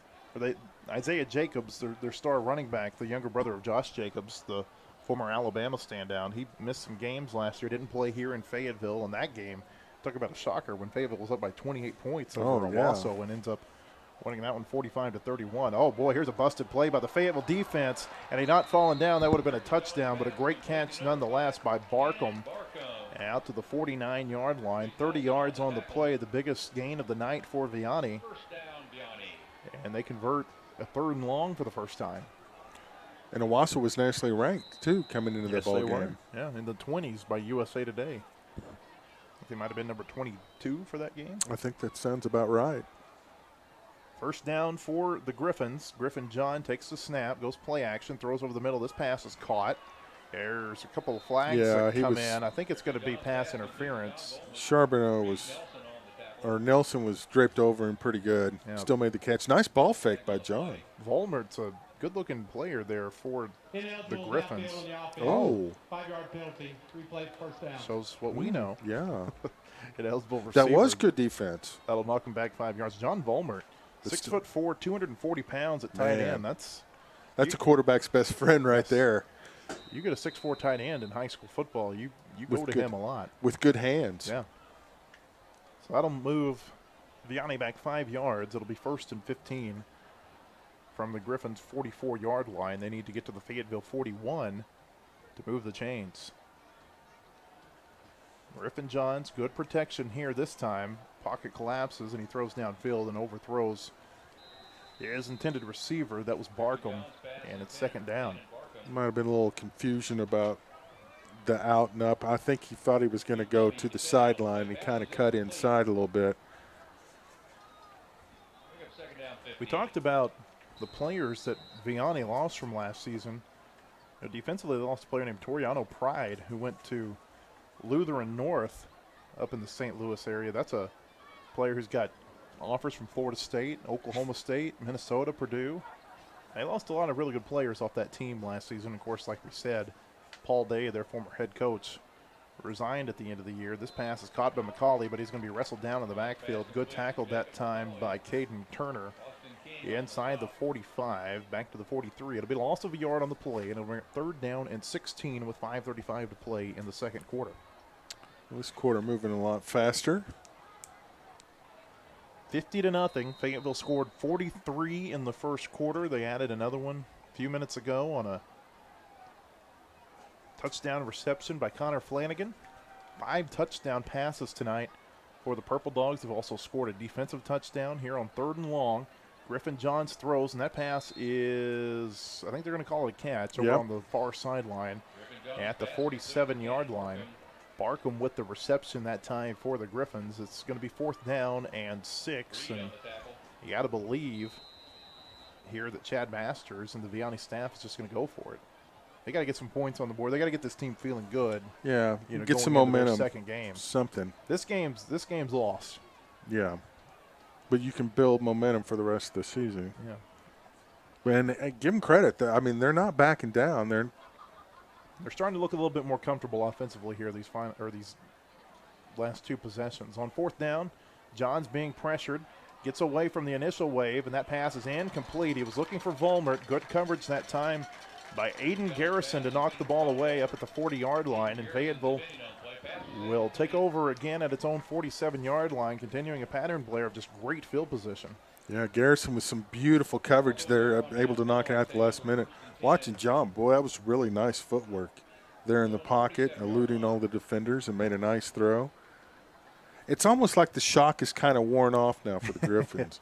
And for us. Yes. So now it's just, hey, go play football. Yeah. So it looks like this will be McLean leading the offense again. He takes the snap on 1st down. This is Sherritt across midfield, the 45. Jacob Sherritt bounces off a tackler and falls forward for a couple of more yards. Still won't go down. Yeah, it took 3 or 4 Griffins to take him down at the 40-yard line. They pick up a 13 on the play. And another 1st down for the Purple Dogs. 4:39 to go before halftime. There's a flag on the play. While we wait on the call. Oh, that's a shame. That was a great run. Yeah, it sure was. But that happens. I wonder, the lineman ran over to pick him up real quick. Is that like, oh, no, I'm sorry, or just way to go? Yeah. Remind you that tonight's game is being brought to you in part by Odom Law Firm, established in 1982. Odom Law Firm's an ever-changing firm adapting to provide you with the best legal representation in Northwest Arkansas. Over 100 years of combined experience. Dedicated, knowledgeable, experienced lawyers. Odom Law Firm, proud sponsor of Bulldog football. On 1st and long, McLean will just keep it himself, and he'll be taken down in the backfield. Good pursuit that time by the Griffins as they take McLean down back at the 36-yard line. Drew Bishop on the tackle for Vianney. And it's 2nd and long now for Fayetteville. I believe it's going to be about 2nd down and 22. The line just got blown up on that play, plain and simple. Starting to play with a lot of backups here. Yeah, but it's the starting line. Yeah. McLean steps up. Now he's just going to chunk it deep, and he's got a man wide open at the 20, the 10, touchdown. The speedy Isaiah Satania on the catch that time, Blair. Wow. 64 yards. Even when it's not going good for Fayetteville, it's going good. 64-yard touchdown pass from McLean to Satania. That looked a lot like that deep pass that McLean threw to Bo Stuckey last week in Greenwood. Man, it's just the deep threats that we keep seeing wearing purple. It's amazing. Satania, a speedster. You talk to people around this program, people who have watched him, and they think that he's going to be a special, special track athlete. Of course, his father, assistant track coach for the Razorbacks. Just a sophomore. Just a sophomore. And like we said, he was dominating high school track meets last year. Yeah. As a freshman. I mean, good grief. Flanagan, Stuckey. It's an embarrassment of riches. It is. Charbonneau. We haven't even talked about Link Lindsay, who had a pretty good close to last season. Huxley Richardson's extra point is good. And so with 3:47 to play before halftime, Fayetteville extends its lead 57-0 Purple Dogs. This is Purple Dog football. Real estate is like football. You want a winning team that knows how to run offense and defense, knows the plays, the competition, how to score, and isn't afraid to get a little dirty. The McNaughton team knows two important things. One, how to help you buy, sell, invest in, and manage real estate. And two, how to cheer on the home team with an awesome tailgate event. For all your real estate needs, visit us at allnwahomes.com. McNaughton, your neighborhood community realtors. Back at Harmon Field, 3:47 to play before halftime. Fayetteville just keeps pouring it on. St. John Vianney, 57-0 after a 64-yard touchdown pass from Quinn McLean to Isaiah Satania. Who never had to break stride. No, he did not. I think that's 6 touchdown passes tonight for the Purple Dogs. Quinn McLean with 2 of them. Hank Gibbs has thrown 2. McLean had a rushing touchdown. And the Purple Dogs also had a defensive touchdown. Now we just need a special team score, and we'll have the hat trick. In the Salt Bowl, Bryant leads Benton 7-0 early in Little Rock. Of course, Bryant coming up here in about 3 weeks. There's a good kick, and that ball's going to go into the end zone, and that'll be a touchback. Well, that's going to be the game of the week. Yeah, as it was 2 times last year. Every time they play, it's always a game of the week.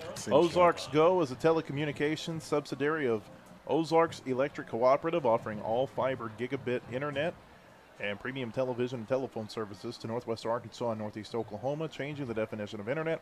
Ozarks Go, a proud sponsor of Bulldog football. Well, Vianney, they keep bringing the starters back out, Blair, and of course their roster's not real big. I don't know that they've got just a whole lot of second teamers. They got a lot of players who are playing 2 ways in this game. Yeah, I don't know if they could go too deep on both sides. Look at that tackle. Man. Fayetteville just keeps hitting Vianney in the backfield. It's contagious. Yes, it is.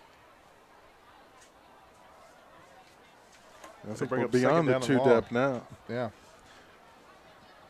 It was Uriel Espino on the tackle for the Purple Dogs.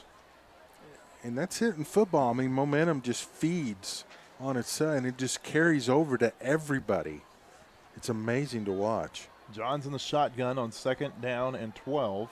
Good protection, throws it up over the top. This pass is caught at the 30, the 35, out to the 40-yard line. And he'll be taken down there at the 40. Jacob Miller on the reception. 22 yards for the Griffins. And Vianney probably wants to do everything he can to try to get on the scoreboard here before halftime. Of course, the Dogs would like to keep the shutout going, but clock's going to run after halftime. 35-point mercy rule in Arkansas is in effect tonight on 1st down. The carry won't go very far. On the tackle that time for Fayetteville was Caden Turner. Sophomore linebackers played pretty well tonight. Yes. We will mention his name a bunch, I think, before the end of the year. I love watching the coaches, too. I mean, they are still coaching guys on the sidelines, showing them what they want. I mean, that's great to see. Andrew Flowers, the running back, just a freshman. 2nd down for the Griffins, being pressured. He's going to be taken down. On the sack that time was Christian Rodriguez. Back to the 35-yard line. And Fayetteville continues just to live in the Vianney backfield. Under 2 minutes to play before halftime. 3rd down and long for Vianney. And you start to wonder, could Fayetteville score again before the intermission? It's very possible. Got to get a stop here on 3rd down and 16. Johns being pressured, spins away, gets away from Espino, but he's going to be taken down in the backfield on a huge hit that time by the Purple Dogs. What a hit by Xavier Hernandez.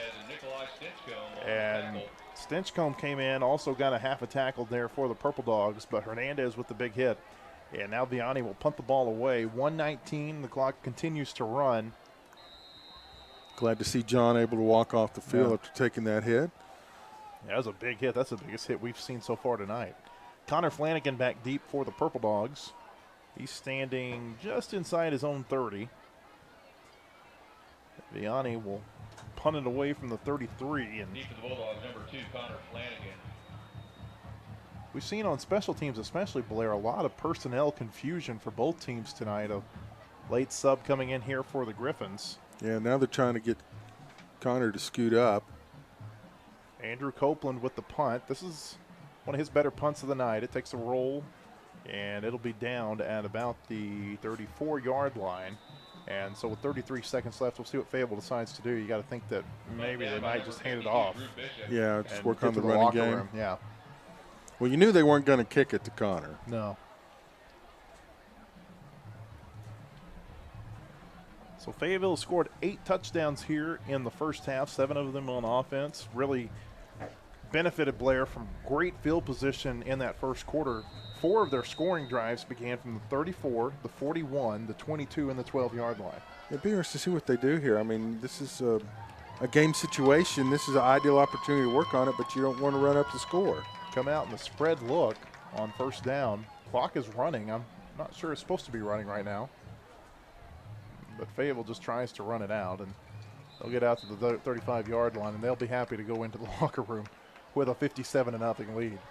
That'll be the halftime score as the clock runs down. Fayetteville players run to the south side of the field here at Harmon, and this crowd, a big Fayetteville crowd, has turned out for this game, and they give them a standing ovation as they go off the field. As they should.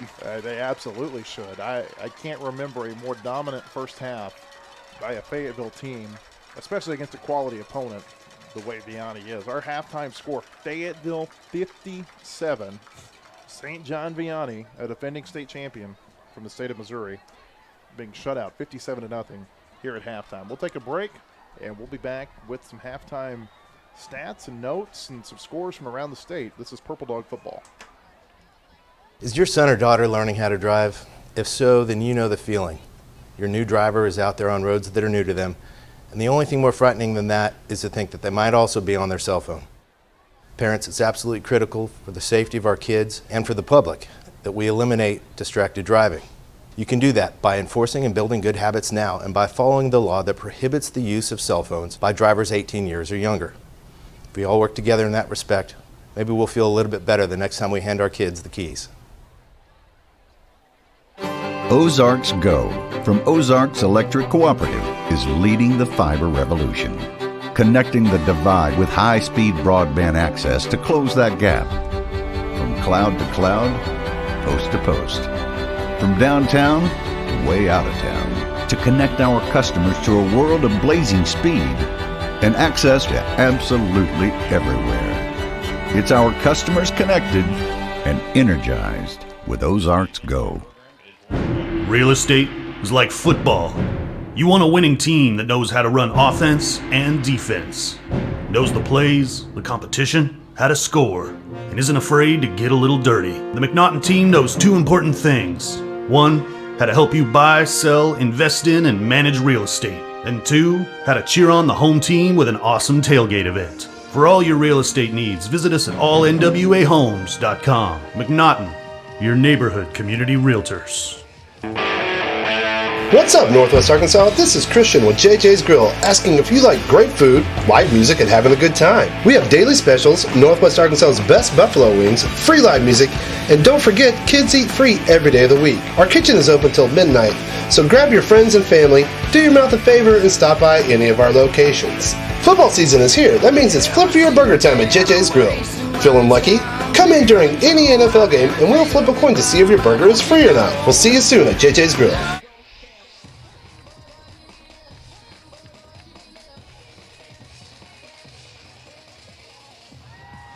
The Odom Law Firm enjoys a long and proud tradition of serving the Purple Dog Nation. Since 1982, we have concentrated our practice on catastrophic injury and wrongful death. We devote each day to good people and their families dealing with unwanted injury and unexpected tragedy. Our results and reputation for honesty is undisputed, and our willingness to fight for our clients is unmatched. If you or someone you know has been seriously injured, please contact the Odom Law Firm. Let us help. Enjoy the game and go Bulldogs. Is your Ozarks Go from Ozarks Electric Cooperative is leading the fiber revolution, connecting the divide with high-speed broadband access to close that gap. From cloud to cloud, post to post. From downtown to way out of town, to connect our customers to a world of blazing speed and access to absolutely everywhere. It's our customers connected and energized with Ozarks Go. Real estate is like football. You want a winning team that knows how to run offense and defense, knows the plays, the competition, how to score, and isn't afraid to get a little dirty. The McNaughton team knows two important things. One, how to help you buy, sell, invest in, and manage real estate. And two, how to cheer on the home team with an awesome tailgate event. For all your real estate needs, visit us at allnwahomes.com. McNaughton, your neighborhood community realtors. The Odom Law Firm enjoys a long and proud tradition of serving the Purple Dog Nation. Since 1982, we have concentrated our practice on catastrophic injury and wrongful death. We devote each day to good people and their families dealing with unwanted injury and unexpected tragedy. Our results and reputation for honesty is undisputed, and our willingness to fight for our clients is unmatched. If you or someone you know has been seriously injured, please contact the Odom Law Firm. Let us help. Enjoy the game and go Bulldogs. Is your son or daughter learning how to drive? If so, then you know the feeling. Your new driver is out there on roads that are new to them, and the only thing more frightening than that is to think that they might also be on their cell phone. Parents, it's absolutely critical for the safety of our kids and for the public that we eliminate distracted driving. You can do that by enforcing and building good habits now and by following the law that prohibits the use of cell phones by drivers 18 years or younger. If we all work together in that respect, maybe we'll feel a little bit better the next time we hand our kids the keys. Ozarks Go from Ozarks Electric Cooperative is leading the fiber revolution, connecting the divide with high-speed broadband access to close that gap. From cloud to cloud, post to post. From downtown to way out of town, to connect our customers to a world of blazing speed and access to absolutely everywhere. It's our customers connected and energized with Ozarks Go. Real estate is like football. You want a winning team that knows how to run offense and defense, knows the plays, the competition, how to score, and isn't afraid to get a little dirty. The McNaughton team knows two important things. One, how to help you buy, sell, invest in, and manage real estate. And two, how to cheer on the home team with an awesome tailgate event. For all your real estate needs, visit us at allnwahomes.com. McNaughton, your neighborhood community realtors. What's up, Northwest Arkansas? This is Christian with JJ's Grill, asking if you like great food, live music, and having a good time. We have daily specials, Northwest Arkansas's best buffalo wings, free live music, and don't forget, kids eat free every day of the week. Our kitchen is open till midnight, so grab your friends and family, do your mouth a favor, and stop by any of our locations. Football season is here. That means it's flip for your burger time at JJ's Grill. Feeling lucky? Come in during any NFL game, and we'll flip a coin to see if your burger is free or not. We'll see you soon at JJ's Grill. The Odom Law Firm enjoys a long and proud tradition of serving the Purple Dog Nation. Since 1982, we have concentrated our practice on catastrophic injury and wrongful death. We devote each day to good people and their families dealing with unwanted injury and unexpected tragedy. Our results and reputation for honesty is undisputed, and our willingness to fight for our clients is unmatched. If you or someone you know has been seriously injured, please contact the Odom Law Firm. Let us help. Enjoy the game and go Bulldogs. Is your son or daughter learning how to drive? If so, then you know the feeling. Your new driver is out there on roads that are new to them, and the only thing more frightening than that is to think that they might also be on their cell phone. Parents, it's absolutely critical for the safety of our kids and for the public that we eliminate distracted driving. You can do that by enforcing and building good habits now and by following the law that prohibits the use of cell phones by drivers 18 years or younger. If we all work together in that respect, maybe we'll feel a little bit better the next time we hand our kids the keys. Ozarks Go from Ozarks Electric Cooperative is leading the fiber revolution, connecting the divide with high-speed broadband access to close that gap. From cloud to cloud, post to post. From downtown to way out of town. To connect our customers to a world of blazing speed and access to absolutely everywhere. It's our customers connected and energized with Ozarks Go.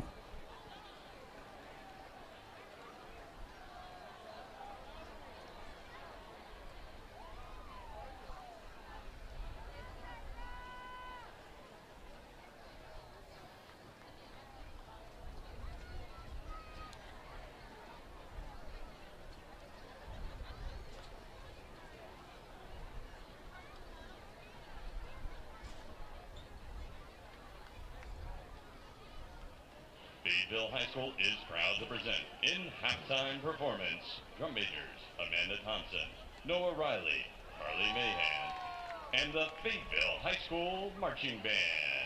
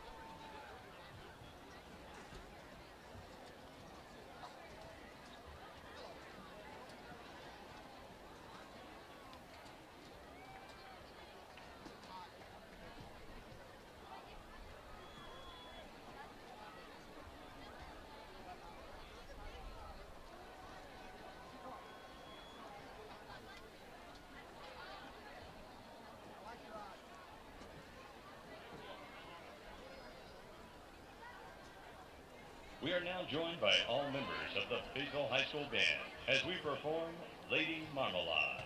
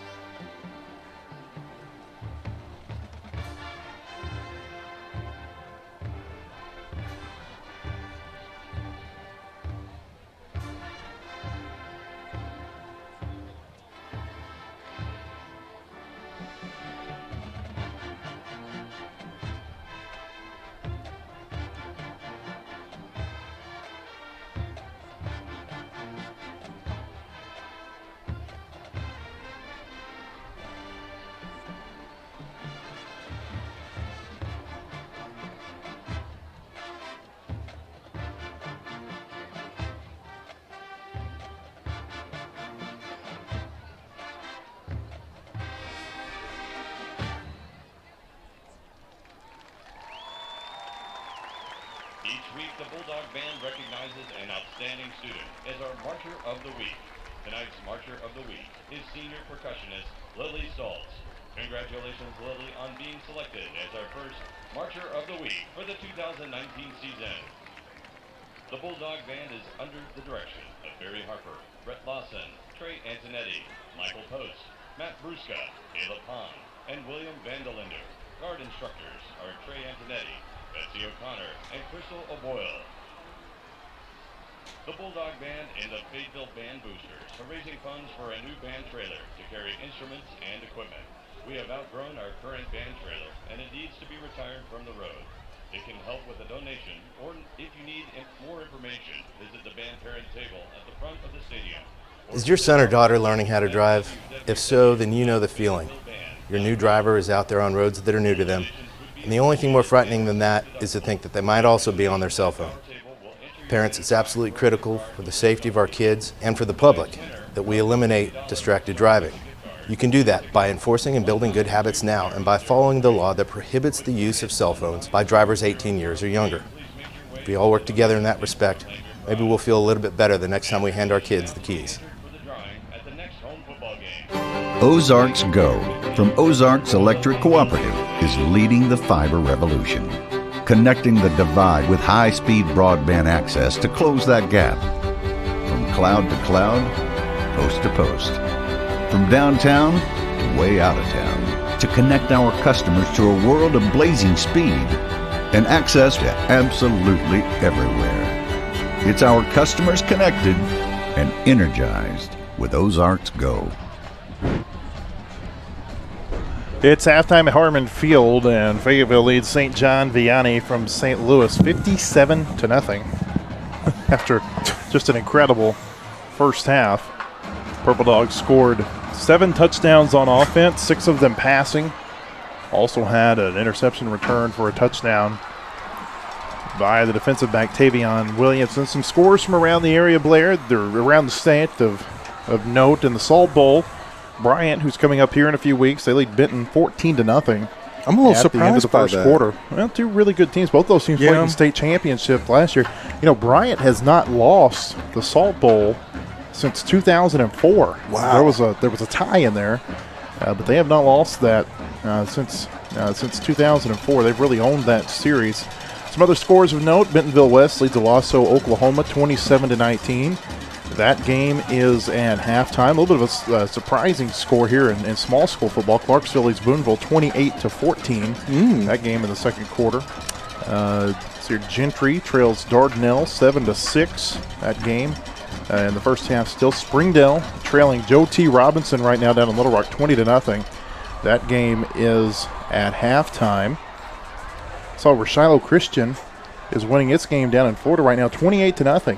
Wow. They went so down to the good Orlando. Trip. Yeah. It's turning out to be a good trip Well, for the you want to Saints. win if you're going to go that far. Yeah, they're playing Moorhaven, Florida tonight. That's in the Orlando area. Shiloh Christian up 28-0. That game, I believe, is in the third quarter last time I saw. Other scores right now. Portsmouth Northside leads Rogers Heritage 29-0. That game is at halftime. Northside, that's a team that I feel like could be really good this year. They made that surprise run to the state semifinals last season. Would have played Fayetteville had Fayetteville been able to get through the Bryant game. Van Buren is leading Siloam Springs right now 28-14. That game is at halftime. And I believe that's all the scores from our area. Of course, last night, Pulaski Academy and Springdale Harbor in an offensive shootout, 84-68. PA defeated Harbor. And they left some points on the field in that game, too. Yeah. Game tomorrow, Bentonville is going to play Midwest City, Oklahoma. That'll be a good one. And that game will be played tomorrow. Also a game tomorrow between Booker T. Washington, a really good football program from the Tulsa area. They're going to play at North Little Rock. We're about 40 seconds away from them sounding, I believe it's a 3-minute horn after this. So players are out on the field doing their stretches. Of course, you saw the Fayetteville High School band perform. Did a great job there at halftime. Blair, let's talk about that first half. I think we kind of run out of superlatives to talk about, but it was just an outstanding first half by the Purple Dogs. And in particular, I thought Hank Gibbs, when he played, and he came out after about a quarter because they were up 43-0, but when he played, he looked really good as we've seen him in a high school uniform. Oh, no doubt about it. Shades of the Rogers game last year, filling in for Darius when he had the 6 touchdowns. Looked a lot more comfortable than he did in the scrimmage at Greenwood. And McCain's looked very good as well. Yeah. I mean, and they interchanged them, and there were other personnel that had issues, but that was as smooth as switching out a quarterback I've ever seen. I think we might see that a lot more as the season goes along. You know, Fayetteville kept getting such great field position at the 12, the 22, the 34, the 41, and they were scoring, in 1 and 2 and 3 plays that you didn't really get to see that 2-quarterback dynamic because the offense was scoring so quickly. But, Quinn McLean, like you said, has played really well. I thought that touchdown pass that he threw to Isaiah Satania, that was as pretty of a pass as you'll see. And then you saw Satania's speed showed off there. He must have had 15 yards on his defensive back. Easily. I mean, it's this team, and they showed good running of the football, which has kind of been an Achilles heel, if you will, for the offense for Fayetteville. So now you combine this even what looks to be now an even more explosive passing game with a running game, and then the defense has just been very aggressive and very physical. It's been very impressive so far tonight for Fayetteville. McClock will run after halftime, and we anticipate that we're going to see a lot of Fayetteville players get some action here in the second half. If you're Vianney, you got to believe that they're going to play some starters here. They need to get this offense rolling, as they go into their second game and onward throughout the season. I can't talk enough about how surprising this score is, given how good St. John Vianney has been. I mean, this is a team that's won 3 consecutive district championships in the St. Louis area. This is a team that's won 2 of the last 3 state championships in Missouri's second largest classification. This isn't. Now, they lost some players from last season, and we touched on that, especially the running backs, including one who went to Notre Dame. They lost their head coach, but for a program that has been as good as Vianney has been, this has just been a real stunner. This is a team that's ranked number 3 right now in their classification in Missouri. Of course, that ranking's not going to hold next week, but coming into the season, it's a team that at least the folks in Missouri had a lot of high expectations for. Yes, and I'm sure they're a little surprised by this. I think we all are, but they're a proud program. They'll get it back on track, and they'll be a force come playoff time. No question about that. Like we said, this is one of 10 games tonight between Arkansas high school teams and teams from out of state, and right now, at least the Northwest Arkansas teams that are playing their out-of-state competition, they're holding their own right now. Fayetteville winning this game big, Shiloh Christian winning its game big, and like we said, Bentonville West up on Owasso right now, and we'll see how that score holds throughout the second half. And we go to Owasso next week, and talking about that non-conference schedule, Owasso next week, that's not easy. Bryant comes here, and then you open with West on the road for conference play. I mean, that's 4 games out of the gate. Man. Yeah, that'll be Fayetteville's first game at the West Stadium in Centerton. Of course, that stadium opened last season. Fayetteville played Bentonville West in Bentonville 2 years ago at Tiger Stadium, but this will be the first time that they go to the West Stadium. And like we said, the dynamic there will be great with Bentonville's Coach Pratt and Casey Dick, who was the former offensive coordinator, was the first offensive coordinator in the history of Bentonville West program. Fayetteville kickoff to start the second half. And this will be Huxley Richardson on to handle the kickoff duties. Fayetteville's used 3 different kickers tonight in a lot of different situations. And they've looked good. Yeah, all of them have looked pretty good. And kicking game's always been solid for Fayetteville. There's an onside kick to start the second half, maybe a squib kick more than an onside. It's going to be fielded, and he's got a lot of room in front of him to the 40 and out to the 44-yard line. Good tackle. Jacob McCauley on the return that time for the Griffins. And at the 44 is where Vianney will begin, 1st and 10. I mentioned those first 4 games. You kind of think they waited to show Casey the schedule until after he'd taken the job. Yeah. Oh, by the way, Coach, here's your first 4 games. And it doesn't get, it doesn't get a whole lot easier after that. They got to play Bentonville here. They play Harbor here. This is a good home schedule this year for the Purple Dogs. Bryant, Harbor, Bentonville. On first down, another Griffin miscommunication. Johns, just nobody there in the vicinity of his pass. They say it's intended for McCauley, and it'll bring up second down. I want to remind you that Ozarks Go is a telecommunications subsidiary of Ozarks Electric Cooperative, offering all fiber gigabit internet and premium television and telephone services to Northwest Arkansas and Northeast Oklahoma. Changing the definition of internet, Ozarks Go is a proud sponsor of Bulldog football. Clock will run here in the second half. So after that incompletion, for instance, about 25 seconds of run off the clock. Griffin Johns throws, and that pass is incomplete. It was through the hands of that big tight end. Griffin Johns pass intended for Bulmer. There was a Fayetteville defender back there, and had he been able to react a little bit quicker, he might have gotten an interception. As it is, it's an incompletion intended for Volmert, and it's 3rd down for the Griffins. Volmert a little upset at himself. He thought he should have caught that. That would have been a phenomenal catch. We know we've got some Vianney people watching tonight, some Vianney fans. The way the Arkansas, it's called the Arkansas Sportsmanship Rule, referred to around here as the Mercy Rule. 35 points after halftime. The clock runs continuously in the second half. Doesn't matter if a team gets back within that 35-point window. Clock will still run the entire second half. On 3rd down, the pass is intercepted. This is Xavier Hernandez at the 45, at the 40. He's got some room. He's at the 30. This is going to be Fayetteville's second pick 6 of the game. Xavier Hernandez takes it back 50 yards for a touchdown. And the Purple Dogs extend this lead to 63-0. Hernandez has had a really nice game, Blair, as a backup linebacker. He has. And that pass was just a little short.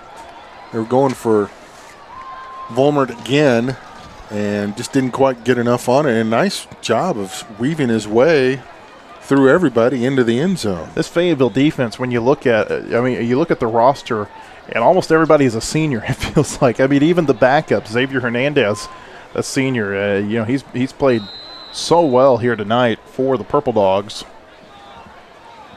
On to attempt the extra point. Try to see which kicker this is. That's number 49. That's Josh Papinia. And it's good. And so our new score with 9:48 to play in the 3rd quarter. Fayetteville 64, St. John Vianney nothing. We'll take a break. This is Purple Dog Football. What's up, Northwest Arkansas? This is Christian with JJ's Grill, asking if you like great food, live music, and having a good time. We have daily specials, Northwest Arkansas's best buffalo wings, free live music, and don't forget, kids eat free every day of the week. Our kitchen is open till midnight, so grab your friends and family, do your mouth a favor, and stop by any of our locations. Football season is here. That means it's flip for your burger time at JJ's Grill. Feeling lucky? Come in during any NFL game, and we'll flip a coin to see if your burger is free or not. We'll see you soon at JJ's Grill. Back at Harmon Field, 9:31 to play 3rd quarter. Fayetteville 64, St. John Vianney nothing. And you know it's going well, Blair, when your defense is outscoring the other team's offense. That's 2 touchdowns tonight for the Purple Dog defense, 2 pick 6s. That time Xavier Hernandez takes it back 50 yards. In the first half, Tavion Williamson had a 40-yard interception return for a touchdown. It's just been all Fayetteville, and the Casey Dick era could not have started Any better tonight at Harmon Field. It's almost too well. Now Yeah. you've got an expectation to Sure do. live up to, but hey, that's okay. Better to have high expectations than no expectations, right? Thomas Needy is the kicker handling this kickoff. This is a long kick. First time, really only the second time tonight we've seen Fayetteville kick it long, and that one goes into the end zone. It'll be a touchback, and Vianney will begin at its 20-yard line. The clock is stopped. I don't think the clock is supposed to be stopped. It ran during the break after the PAT and the kick, so maybe that's why they realized, oh, we weren't supposed to do that. And there it goes. 9:25 to play third quarter. As we said, Fayetteville's up 64-0. Smiles all around. Yeah. In purple. This big crowd starting to file out. Everybody going to go get ready for the Razorback game tomorrow. On first down, great pursuit again by the Purple Dogs. Just not giving them any room to run or cut. They just keep pushing it back. That was the freshman Flowers on the carry that time for Vianney. Sebastian Rodriguez tracked him down back at about the 18-yard line, a loss of 2. And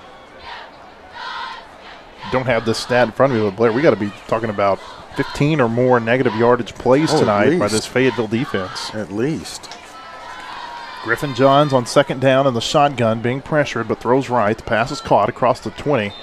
You won't get much out to the 22. A gain of 4 on the play. Another great wrap-up defensively. Volmert on the reception that time for Vianney. It's third down. He's going to be a load for some teams in Missouri to try to take down. He is such a great weapon. Update from the Salt Bowl. Bryant leads Benton 21-7 in the second quarter. Waiting for that Bentonville West Owasso game. I think it just started back in the second half. Almost. They're inside that 3-minute warm-up. Griffin Johns on third down overthrows his receiver, and that'll bring up a fourth down situation for Vianney. And you got to believe here from the 22-yard line, they're just going to punt the ball away. But, yeah, there comes the punt team. Yeah. You never know. And we've got a new returner going deep for Fayetteville. Yes, we do. I have a feeling we're going to be wearing out Searching our that roster sheet here. Ryan Maxwell, a sophomore, wears number 47. He's standing back deep for the Purple Dogs. And this is really a great opportunity for these underclassmen to get some game experience because you just never know. Maxwell awaits the punt. He takes it at the 45 and he fumbled the ball. Yeah. There's a flag that came out. Is that going to be a kick-catch interference, do you think, Blair? No, I don't think so. It was a good punt by Andrew Copeland, one of the best punts we've seen from him tonight. He's rebounded well. He didn't have a very good punt on his first attempt. Only went about 10 yards. Maybe kick, catch, catch interference. Easy for me to say, huh? He did a nice job, though, getting back on the football after it got loose. He maybe ran a little too quick. Waiting for the call from Lyndon Polk. Yeah, we're not. Maybe they just. I think they might have picked it up. I think you're right. So at the 48, you know what I think might have happened right there, Blair? I'll tell you in just a second. Okay. On the 48-yard line, this is McLean, the quarterback.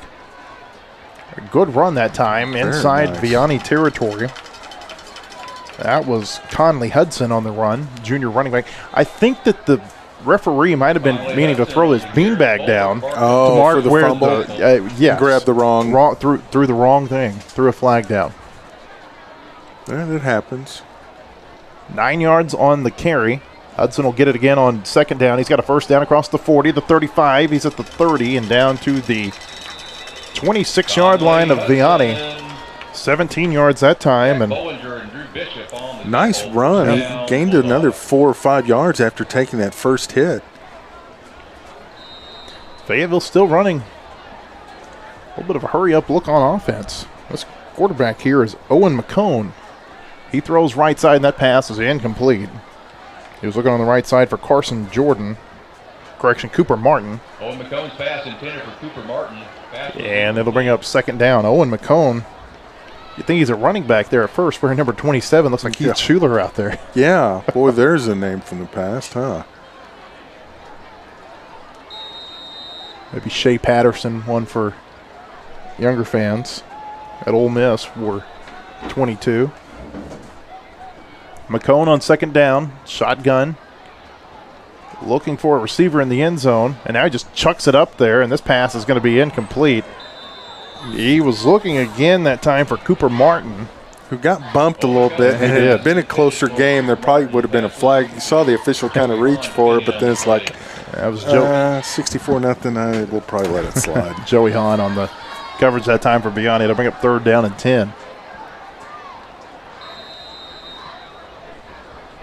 Clock runs inside of 4:35 to play. 3rd quarter. Fayetteville leads 64-0. Looking for more. Knocking on the red zone door in Vianney territory. McCone, short drop. Now rolls left. Throws. This pass is incomplete. That pass went off the fingertips Pass intended for Young. of Ravion Young. Nice throw on the move. And it'll bring up 4th down now for Fayetteville. I would think they're within Huxley Richardson's range right here, and they're going to bring him on to try a field goal. This would be a 42-yard field goal attempt. We saw Huxley hit a couple last year of 40 yards or more. Yeah, good opportunity to work on a long one. Get his confidence going because the kicking game is so important. Brooks Flanagan is the snapper again this year for the Purple Dogs. Owen McCone is the holder here, and Huxley Richardson will attempt this one from about 43 yards away. Finally got everybody lined up. A little bit of a high snap, and this one's going to be blocked.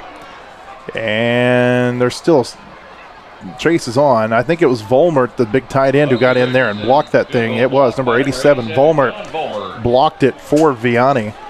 And so Vianney recovers it out near midfield at the 49-yard line. And that's where the Griffins will begin 1st and 10. Inside of 3 minutes to play in the 3rd quarter. Odom Law Firm was established in 1982. It's an ever-changing firm, adapting to provide you with the best legal representation in Northwest Arkansas with over 100 years of combined experience. Dedicated, knowledgeable, experienced lawyers, Odom Law Firm is a proud sponsor of Bulldog football. The high snap, they were able to get the ball down, but just that moment of getting it down allowed that pressure from the line to come through and block the kick. We talked Volmert, a tight end. He's also a defensive end for this team. Good two-way player tonight for Vianney. On 1st down, this is a good run for the Griffins. Chris Caldwell, another freshman running back, out to the 41-yard line. That'll be a pickup of 6, and it's 2nd down and 4. They still got the starting offensive line in there, and they had a nice push that time. Just a young team. I mean, we talk about these running backs. Chris Caldwell, a freshman. Their backup running back, Andrew Flowers, a freshman. Well, they're going to be something when those two are seniors. You can just tell. You couple that with a new coaching staff, and it's been a little bit of a tough night tonight for the Vianney Griffins. Griffin Johns on 2nd down, gives it to Flowers, running backward, and he's going to be taken down in the backfield. And a little bit of a push there at the end of the play. Yeah, there comes the flag. There's a flag comes out. I thought that was a good play, a good clean play by the Purple Dogs. Luke Jansky with the tackle that time. You know, Dad's smiling over that one. Yeah, you got to believe he is. With good reason. I thought that was a good clean hit by Luke Jansky. We'll see what the call is. You know, we saw a couple of times in the first half where a Fayetteville player would make a tackle in the backfield and they would stand over and, you know, kind of wolf at the offensive player. I don't think that's what happened right there. No. I think that Flowers just took some exception to the way he was hit. Ooh. One on the white, one on purple. Offset. They're both dead ball.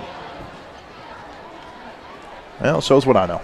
Well, I don't think they called that on Luke. I mean, he did a nice job of, after he had his face mask grab, of his hands up and disengaging. Yeah. So it must have been somebody. Well, those were dead ball penalties, Blair, and so that'll mean that the result of the play stands. It'll be 3rd down and 10 for Vianney. The Griffins need to get to the Fayetteville 37-yard line to move the chains, and I almost wonder if we're going to get another playoff before the end of the 3rd quarter. We're at 30 seconds now, and there's still some confusion on the Vianney offense. Now they're getting lined up. I think they'll get a playoff. 3rd down and 10. Johns has got 2 receivers to the left and 2 to the right. Well, we may not. Remember, the play clock is being kept on the field, so we don't know how much time is on that snap clock. At 8 seconds left in the quarter, Johns gets the play off. He's being pressured, and he's going to be taken down in the backfield. Fayetteville just continues to live in that Vianney backfield. Brad Whitehead that time, a sophomore with the sack. And that's the way the third quarter is going to end, with Fayetteville leading Vianney 64-0. 12 minutes to go in the Purple Dogs 2019 season opener. Fayetteville up big on Vianney. You're listening to Purple Dog Football. The Odom Law Firm enjoys a long and proud tradition of serving the Purple Dog Nation. Since 1982, we have concentrated our practice on catastrophic injury and wrongful death. We devote each day to good people and their families dealing with unwanted injury and unexpected tragedy. Our results and reputation for honesty is undisputed, and our willingness to fight for our clients is unmatched. If you or someone you know has been seriously injured, please contact the Odom Law Firm. Let us help. Enjoy the game and go Bulldogs. Back at Harmon Field in Fayetteville, Fayetteville leads St. John Vianney 64-0 as we begin the fourth quarter. Game brought to you tonight in part by McNaughton Real Estate, which has served buyers and sellers for more than 35 years. McNaughton looks forward to earning your trust and respect through our raving fan level of service and our extensive local knowledge. McNaughton Real Estate is proud to sponsor the Fayetteville Bulldog football team. And you got to believe all these sponsors are really proud of the Purple Dogs tonight. 64-0 lead as we begin the fourth quarter. On fourth down, Griffin Johns throws. This pass is caught, and he's going to be well short of the first down as the Fayetteville defense swarms him under. Just inside, or just on the other side, of midfield. On the reception that time for Vianney was Cole Petrus, junior, 6'3" junior. Boy, he was tough to bring down on that one, too. It took about 5 guys to get him down. 6'3", 210 pounds. That's a big size for a high school wide receiver. Good target. Fayetteville will start at midfield. That's where they're going to mark the ball. 11:40 to play in the fourth quarter. The Purple Dogs leading this game 64-0. At their own 49-yard line. And we're at the point in the game, Blair, where we're on about third, fourth string football players. A lot of these kids getting their first high school experience ever tonight. Yeah, and I don't think they were counting on playing tonight probably either. I don't think so. Hey, that's a good thing, though, if you're Casey Dick, getting some of these players some playing time. Yeah. I think Vianney burned a timeout. They didn't have enough players on the field.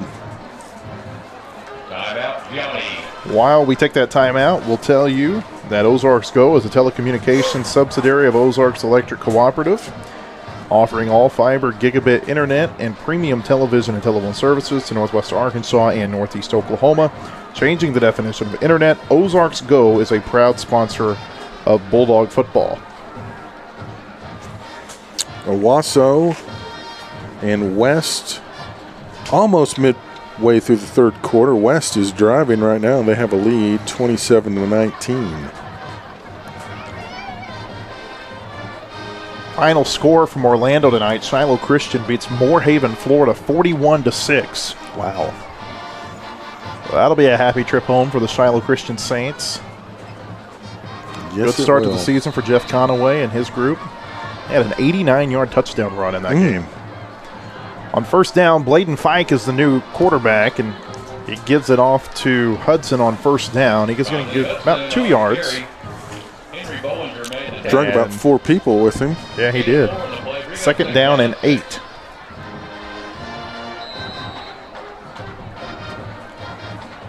Bladen Fike is a freshman for the Purple Dogs, wears number 28. Gives it off to Hudson again, and this time he's going to be brought down back in the backfield.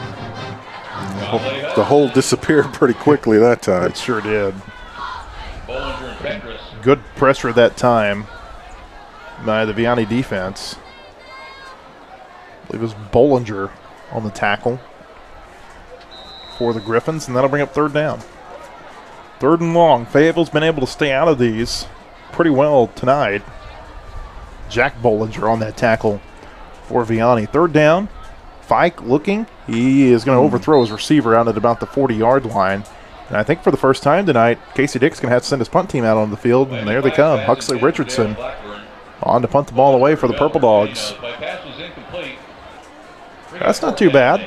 No, he had the receiver. They just couldn't quite connect. All right, you want the punt team to get a little work. I think if you ask Casey Dick if he'd be happy that he didn't have to punt until the 8th possession of the game, he'd be ecstatic. I don't know that he would have believed it if you told him that was what was going to happen. This Fayetteville offense, there was a lot of talk about him in the Arkansas Democrat-Gazette before the season. Connor Flanagan and Bo Stuckey was on the cover of their football preview. Well, they are a dynamic duo, aren't they? They sure are. And this whole off, that's a high snap. No. Not a great snap. Huxley's going to get it. Going to get off a punt. Well, Huxley's going to run at the 30. Now he's going to pick it away. Didn't go far, but that's impressive. He just was able to escape the rush and kind of rugby style it out of bounds. Yeah, he sure did. Well, they had trouble getting the right personnel on the field prior to the snap. Looks like they're going to mark the ball out at the 49-yard line of Vianney. So Huxley may have saved the team about 25, 30 yards there on that punt. In fact, he's going to end up getting a net punt of about 10 yards. Not bad. The only danger with that play is with him running and being pursued, you just don't want him to get caught, maybe hit and hurt, but he was calm, cool, collected, and got it away. Griffin Johns, the senior quarterback, still in the game for Vianney.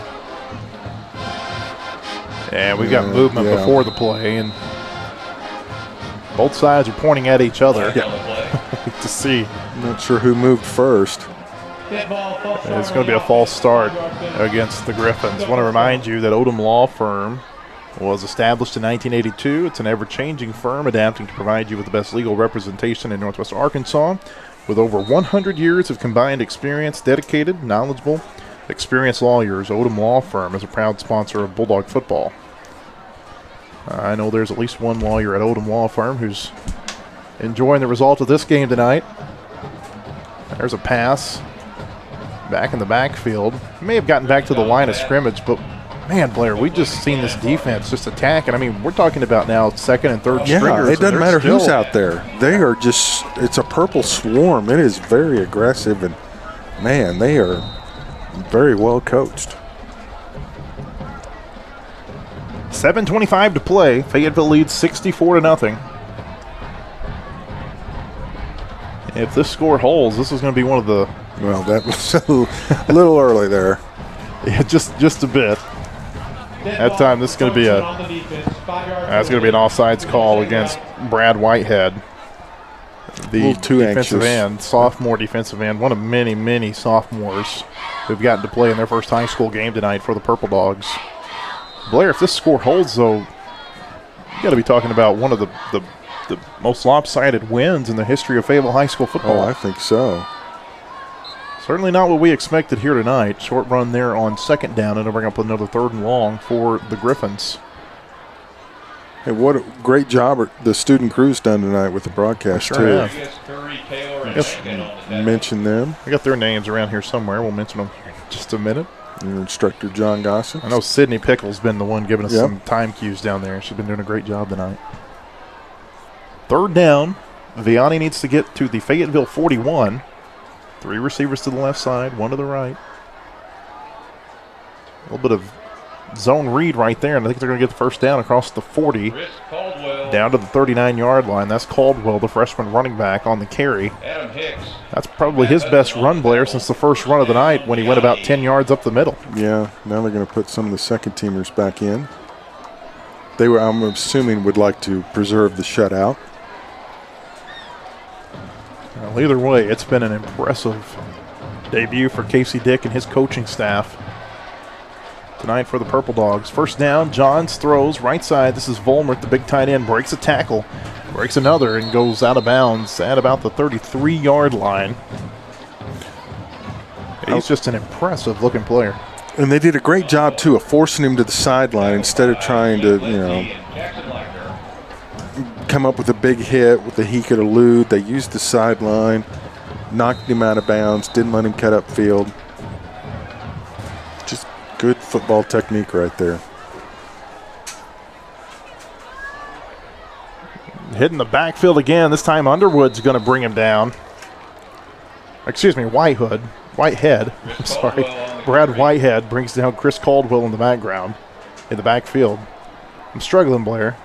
First game. Well, first game jitters for all of us. Our spotting charts are no longer helpful because they've moved on beyond that. 93 came blown like he was shot through a cannon. He did. That was Uriel Espino, who's played pretty well tonight. Uriel he ran so fast he went right past the ball carrier. Spun him around, and then Brad Whitehead ran right into him. On third down, Johns looking toward the end zone. This pass is incomplete. He was looking for the tight end, and in coverage that time for the Purple Dogs. On the coverage was Jaden Brockington. Jaden Brockington made some plays late last year for the Purple Dogs. First time we've called his name tonight. Now it's fourth down. 4 minutes, 10 seconds to play. Clock continues to run. Mercy rule in effect as Fayetteville leads this game 64-0. And this could be the last offensive play for Vianney if they don't get the first down here. Very well could be. If Fayetteville could get the ball back and convert a first down, that'd probably be the end of the game. On fourth down, Johns throws over the middle, and that pass is incomplete. Is there a flag going to come out? No, they're going to call it incidental contact. And on the coverage that time for the Purple Dogs was Jackson Leichner. And that'll be a turnover on downs. Fayetteville will take over at the 37-yard line. Clock continues to run. 3 minutes and 33 seconds to play. It's going to have to be pretty blatant, I think, at this point to get a flag thrown. Yeah. Well, on that play, it looked like their feet just got tangled up. Yeah. Didn't look like obvious pass interference. No.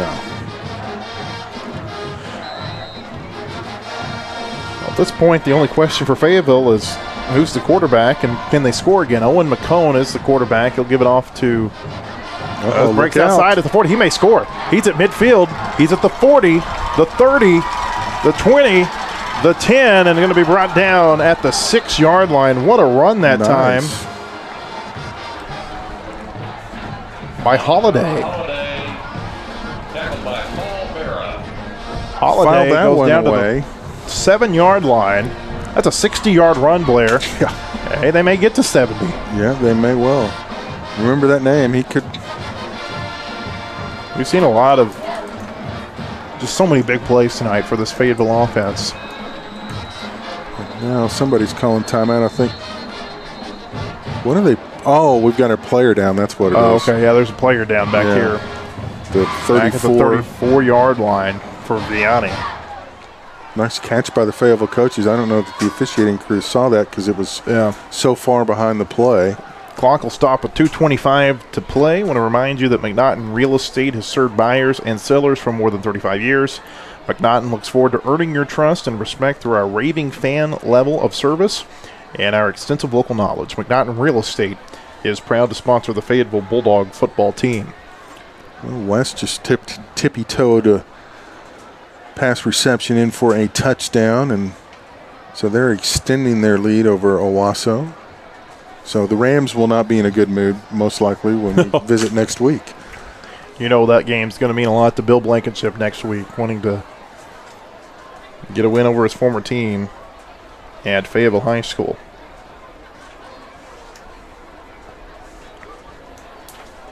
So they continue to look at the player back here behind the line of scrimmage, and while they do, we're going to take a quick break. We'll take a 30-second break and be back after this. This is Purple Dog Football. Is your son or daughter learning how to drive? If so, then you know the feeling. Your new driver is out there on roads that are new to them, and the only thing more frightening than that is to think that they might also be on their cell phone. Parents, it's absolutely critical for the safety of our kids and for the public that we eliminate distracted driving. You can do that by enforcing and building good habits now and by following the law that prohibits the use of cell phones by drivers 18 years or younger. If we all work together in that respect, maybe we'll feel a little bit better the next time we hand our kids the keys. Back at Harmon Field, the injured player for Vianney was their outstanding tight end and defensive end, John Volmert. And he finally gets up and is able to walk off on his own power. Which is good to see. Yes, it was. On first down, a big hit in the backfield.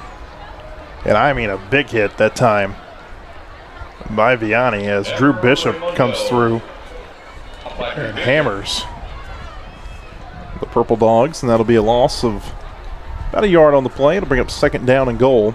Clock running inside of 2 minutes. Owen McCone is going to give it off. A carry again by Holiday. Maja Holiday. And it'll bring up 3rd down and goal as he may have gotten back that lost yard to the 7-yard line. Minute and 40 left to play.